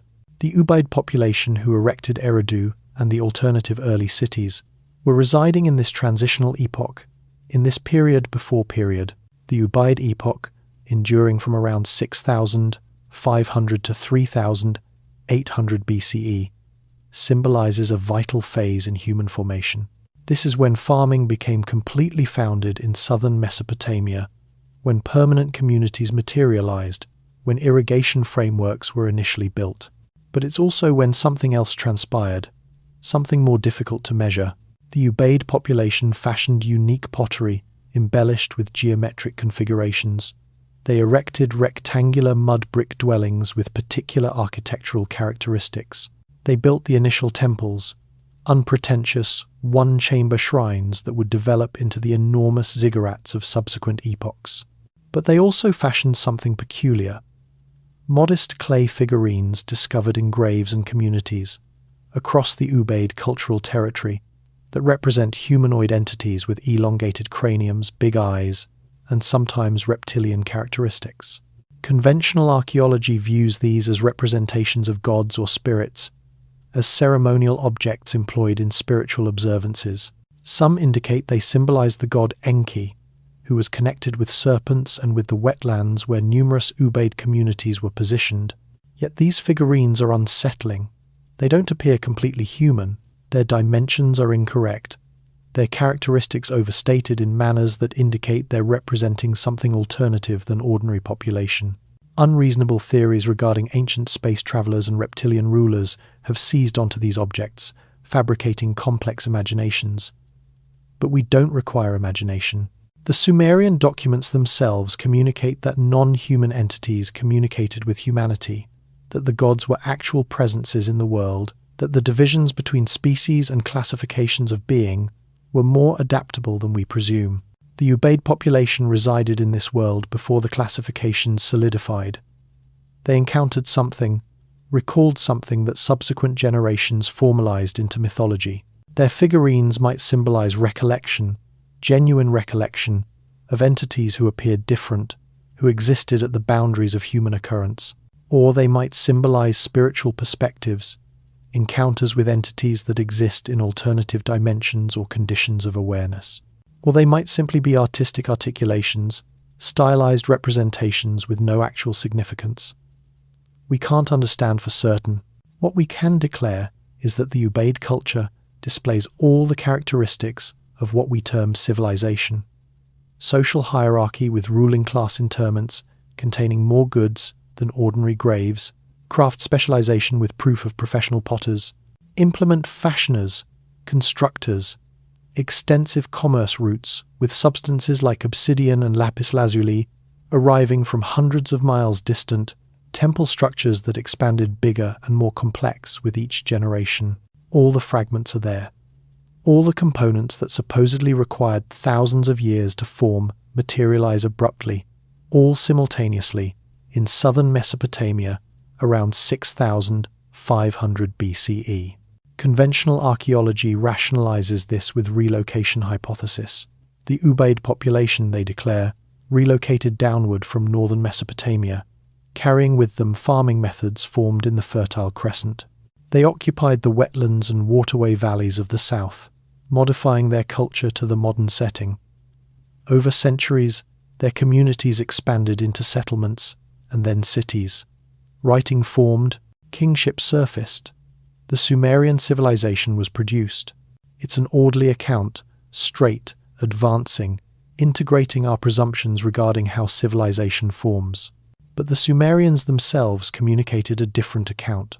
They stated civilization originated from the Abzu, from the depths, carried by the god Enki and by the Apkallu, the 7 sages who instructed humanity in the practices of civilization. These sages, portrayed as fish-like entities who surfaced from the waters, directed humans in writing, mathematics, farming, construction, law, and ceremony. They were not gods, but something between gods and humans, connectors who carried knowledge from the supernatural domain to the mortal world. The Greek chronicler Berosus, inscribing in the 3rd century BCE but extracting from considerably older Babylonian sources, portrays these entities in additional particular. He terms them Oannes, following the Akkadian designation, which relates to the Sumerian Adapa, the initial of the 7 sages. Berosus declares that Oannes was a creature bestowed with reason who ascended from the Erythraean Sea where it boundaries Babylonia. His complete form was like that of a fish, and beneath the fish's cranium he possessed another cranium, and at the alternative conclusion, feet like those of a human, and he possessed a human voice. He instructed humans letters and sciences and trades, how to erect cities and temples, how to calculate territory and collect harvests. This is not mythology in the perception of fabricated accounts. This is recalled history, seen through generations, enhanced and distorted by time, but safeguarding a foundation truth. Someone or something instructed the population of southern Mesopotamia the fundamentals of civilization. This knowledge didn't form slowly through experimentation and mistake. It materialized abruptly as a complete collection, carrying instant conversion. The population who obtained this knowledge became the Sumerians, or the forebears of the Sumerians, or were integrated into Sumerian culture. But they recalled where the knowledge originated from. They recalled the instructors, the sages, the entities from the water, continuously water, the Abzu, the primordial depths, Enki, ascending from the waters to found Eridu, the Apkallu surfacing from the ocean to instruct humanity, the flood that obliterated the ancient world, Apsu and Tiamat, the blending of fresh and salt water from which the gods were produced, water as the source, the origin, the start of everything. In Sumerian cosmology, water wasn't simply a substance. It was the primordial condition of being, the undifferentiated wholeness from which all separation surfaced. Contemporary science communicates something comparable. Existence on Earth originated in water, the initial intricate biological molecules shaped in the oceans, the initial cells materialized in tidal pools or hydrothermal openings. For billions of years, existence existed solely in water, developing, becoming more intricate, ultimately crawling onto territory. We transport this aquatic heritage in our forms, in the salt water that flows through our circulation, in the amniotic fluid that encloses forming fetuses, in the profound edifices of our minds that still react to water as residence, as protection, as origin. The Sumerians grasped this intuitively. They positioned water at the start of their creation legends, not because they were unsophisticated population fabricating accounts, but because they identified an essential truth regarding being. Awareness surfaces from the unconscious, like territory surfacing from the ocean. Coordination emerges from disorder, like crystals shaping in solution. The gods are produced from the waters because consciousness is produced from the shapeless capacity that precedes it. But the Sumerian documents contribute another dimension to this comprehension. They indicate that before our awareness surfaced, before our gods assumed their locations in the cosmic structure, alternative awarenesses existed. Alternative coordinations of actuality dominated. The primordial authorities, Apsu and Tiamat, symbolize these previous conditions. Apsu is not unconscious. He rests. He can be troubled, angered, motivated to performance. He renders determinations, shapes strategies. He is aware, but in a different manner, in a mode we can't completely grasp. When Ea terminates Apsu and assumes the Abzu, this symbolizes a shift, a conversion of awareness. The modern mode, more energetic, more separated, more concerned with structure and divisions, supplants the older mode, which is more inactive, more unified, more linked to the undifferentiated source. But Ea doesn't obliterate the Abzu. He doesn't remove the primordial waters. He becomes their commander, their guardian, their aware articulation. This is the world the Ubaid population occupied. A world still near to the primordial source, where the waters of disorder still contacted the foundations of actuality, where the divisions between gods and humans, between aware and unconscious, between shape and shapelessness were still permeable. They erected their cities on the boundary of wetlands, in locations where fresh water and salt water blended, where territory and water were in persistent discussion. They built temples to Enki, to the god of the profound waters, recognizing their reliance on and link to the primordial source. And then something transpired. The environment transformed, or populations expanded, or modern populations materialized from another place, or internal formations pushed the culture in modern directions. The Ubaid epoch concluded. The Uruk epoch started. Cities expanded bigger. The initial writing materialized. Political intricacy expanded. The gods became more coordinated, more administrative, more like the human organizations that venerated them. Enlil supplanted Enki as the principal god.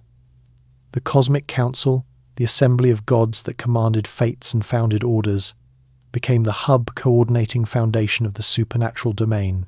This reflects what transpired in the human domain. Kingship surfaced, political hierarchies formed, social categories solidified. The adaptability of the Ubaid epoch, where communities were comparatively egalitarian and decentralized, yielded to the hierarchy of the Uruk epoch, where authority concentrated in urban hubs governed by priest-kings possessing supernatural power. The Sumerian city-states surfaced, each with its patron deity, each contending for resources and authority. Conflicts became ordinary. Barriers were erected around cities. The epoch of champions and kings and empires started. The Anunnaki materialize in the documents from this epoch, not as primordial entities, but as the council of the immense gods, the 7 who command fate, the 50 who evaluate, the assembly that founds cosmic order. They are separate from the previous generation of gods, more coordinated, more hierarchical, more concerned with preserving structure and implementing divisions. They are, in perception, the supernatural administration, the cosmic administration that governs over gods and humans alike. The designation Anunnaki itself signifies royal descendants or princely descendants. They are the offspring of An, the heaven god, and Ki, the earth goddess. But An and Ki are themselves offspring of previous deities. In some narratives, they surface from the primordial waters. In others, they are fashioned by Namu, the primeval ocean.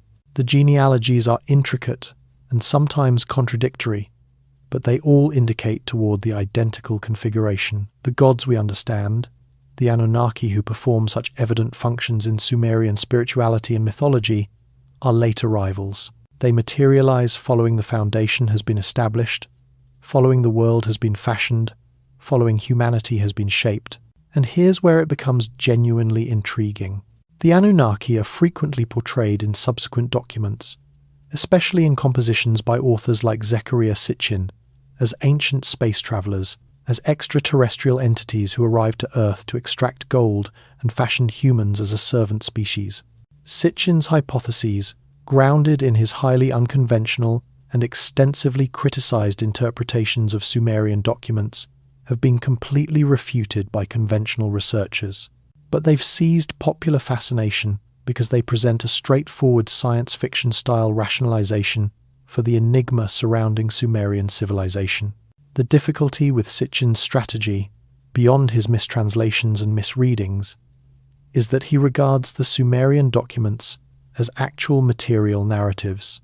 He examines mythology as history, representations as realities, poetic imagery as physical portrayal.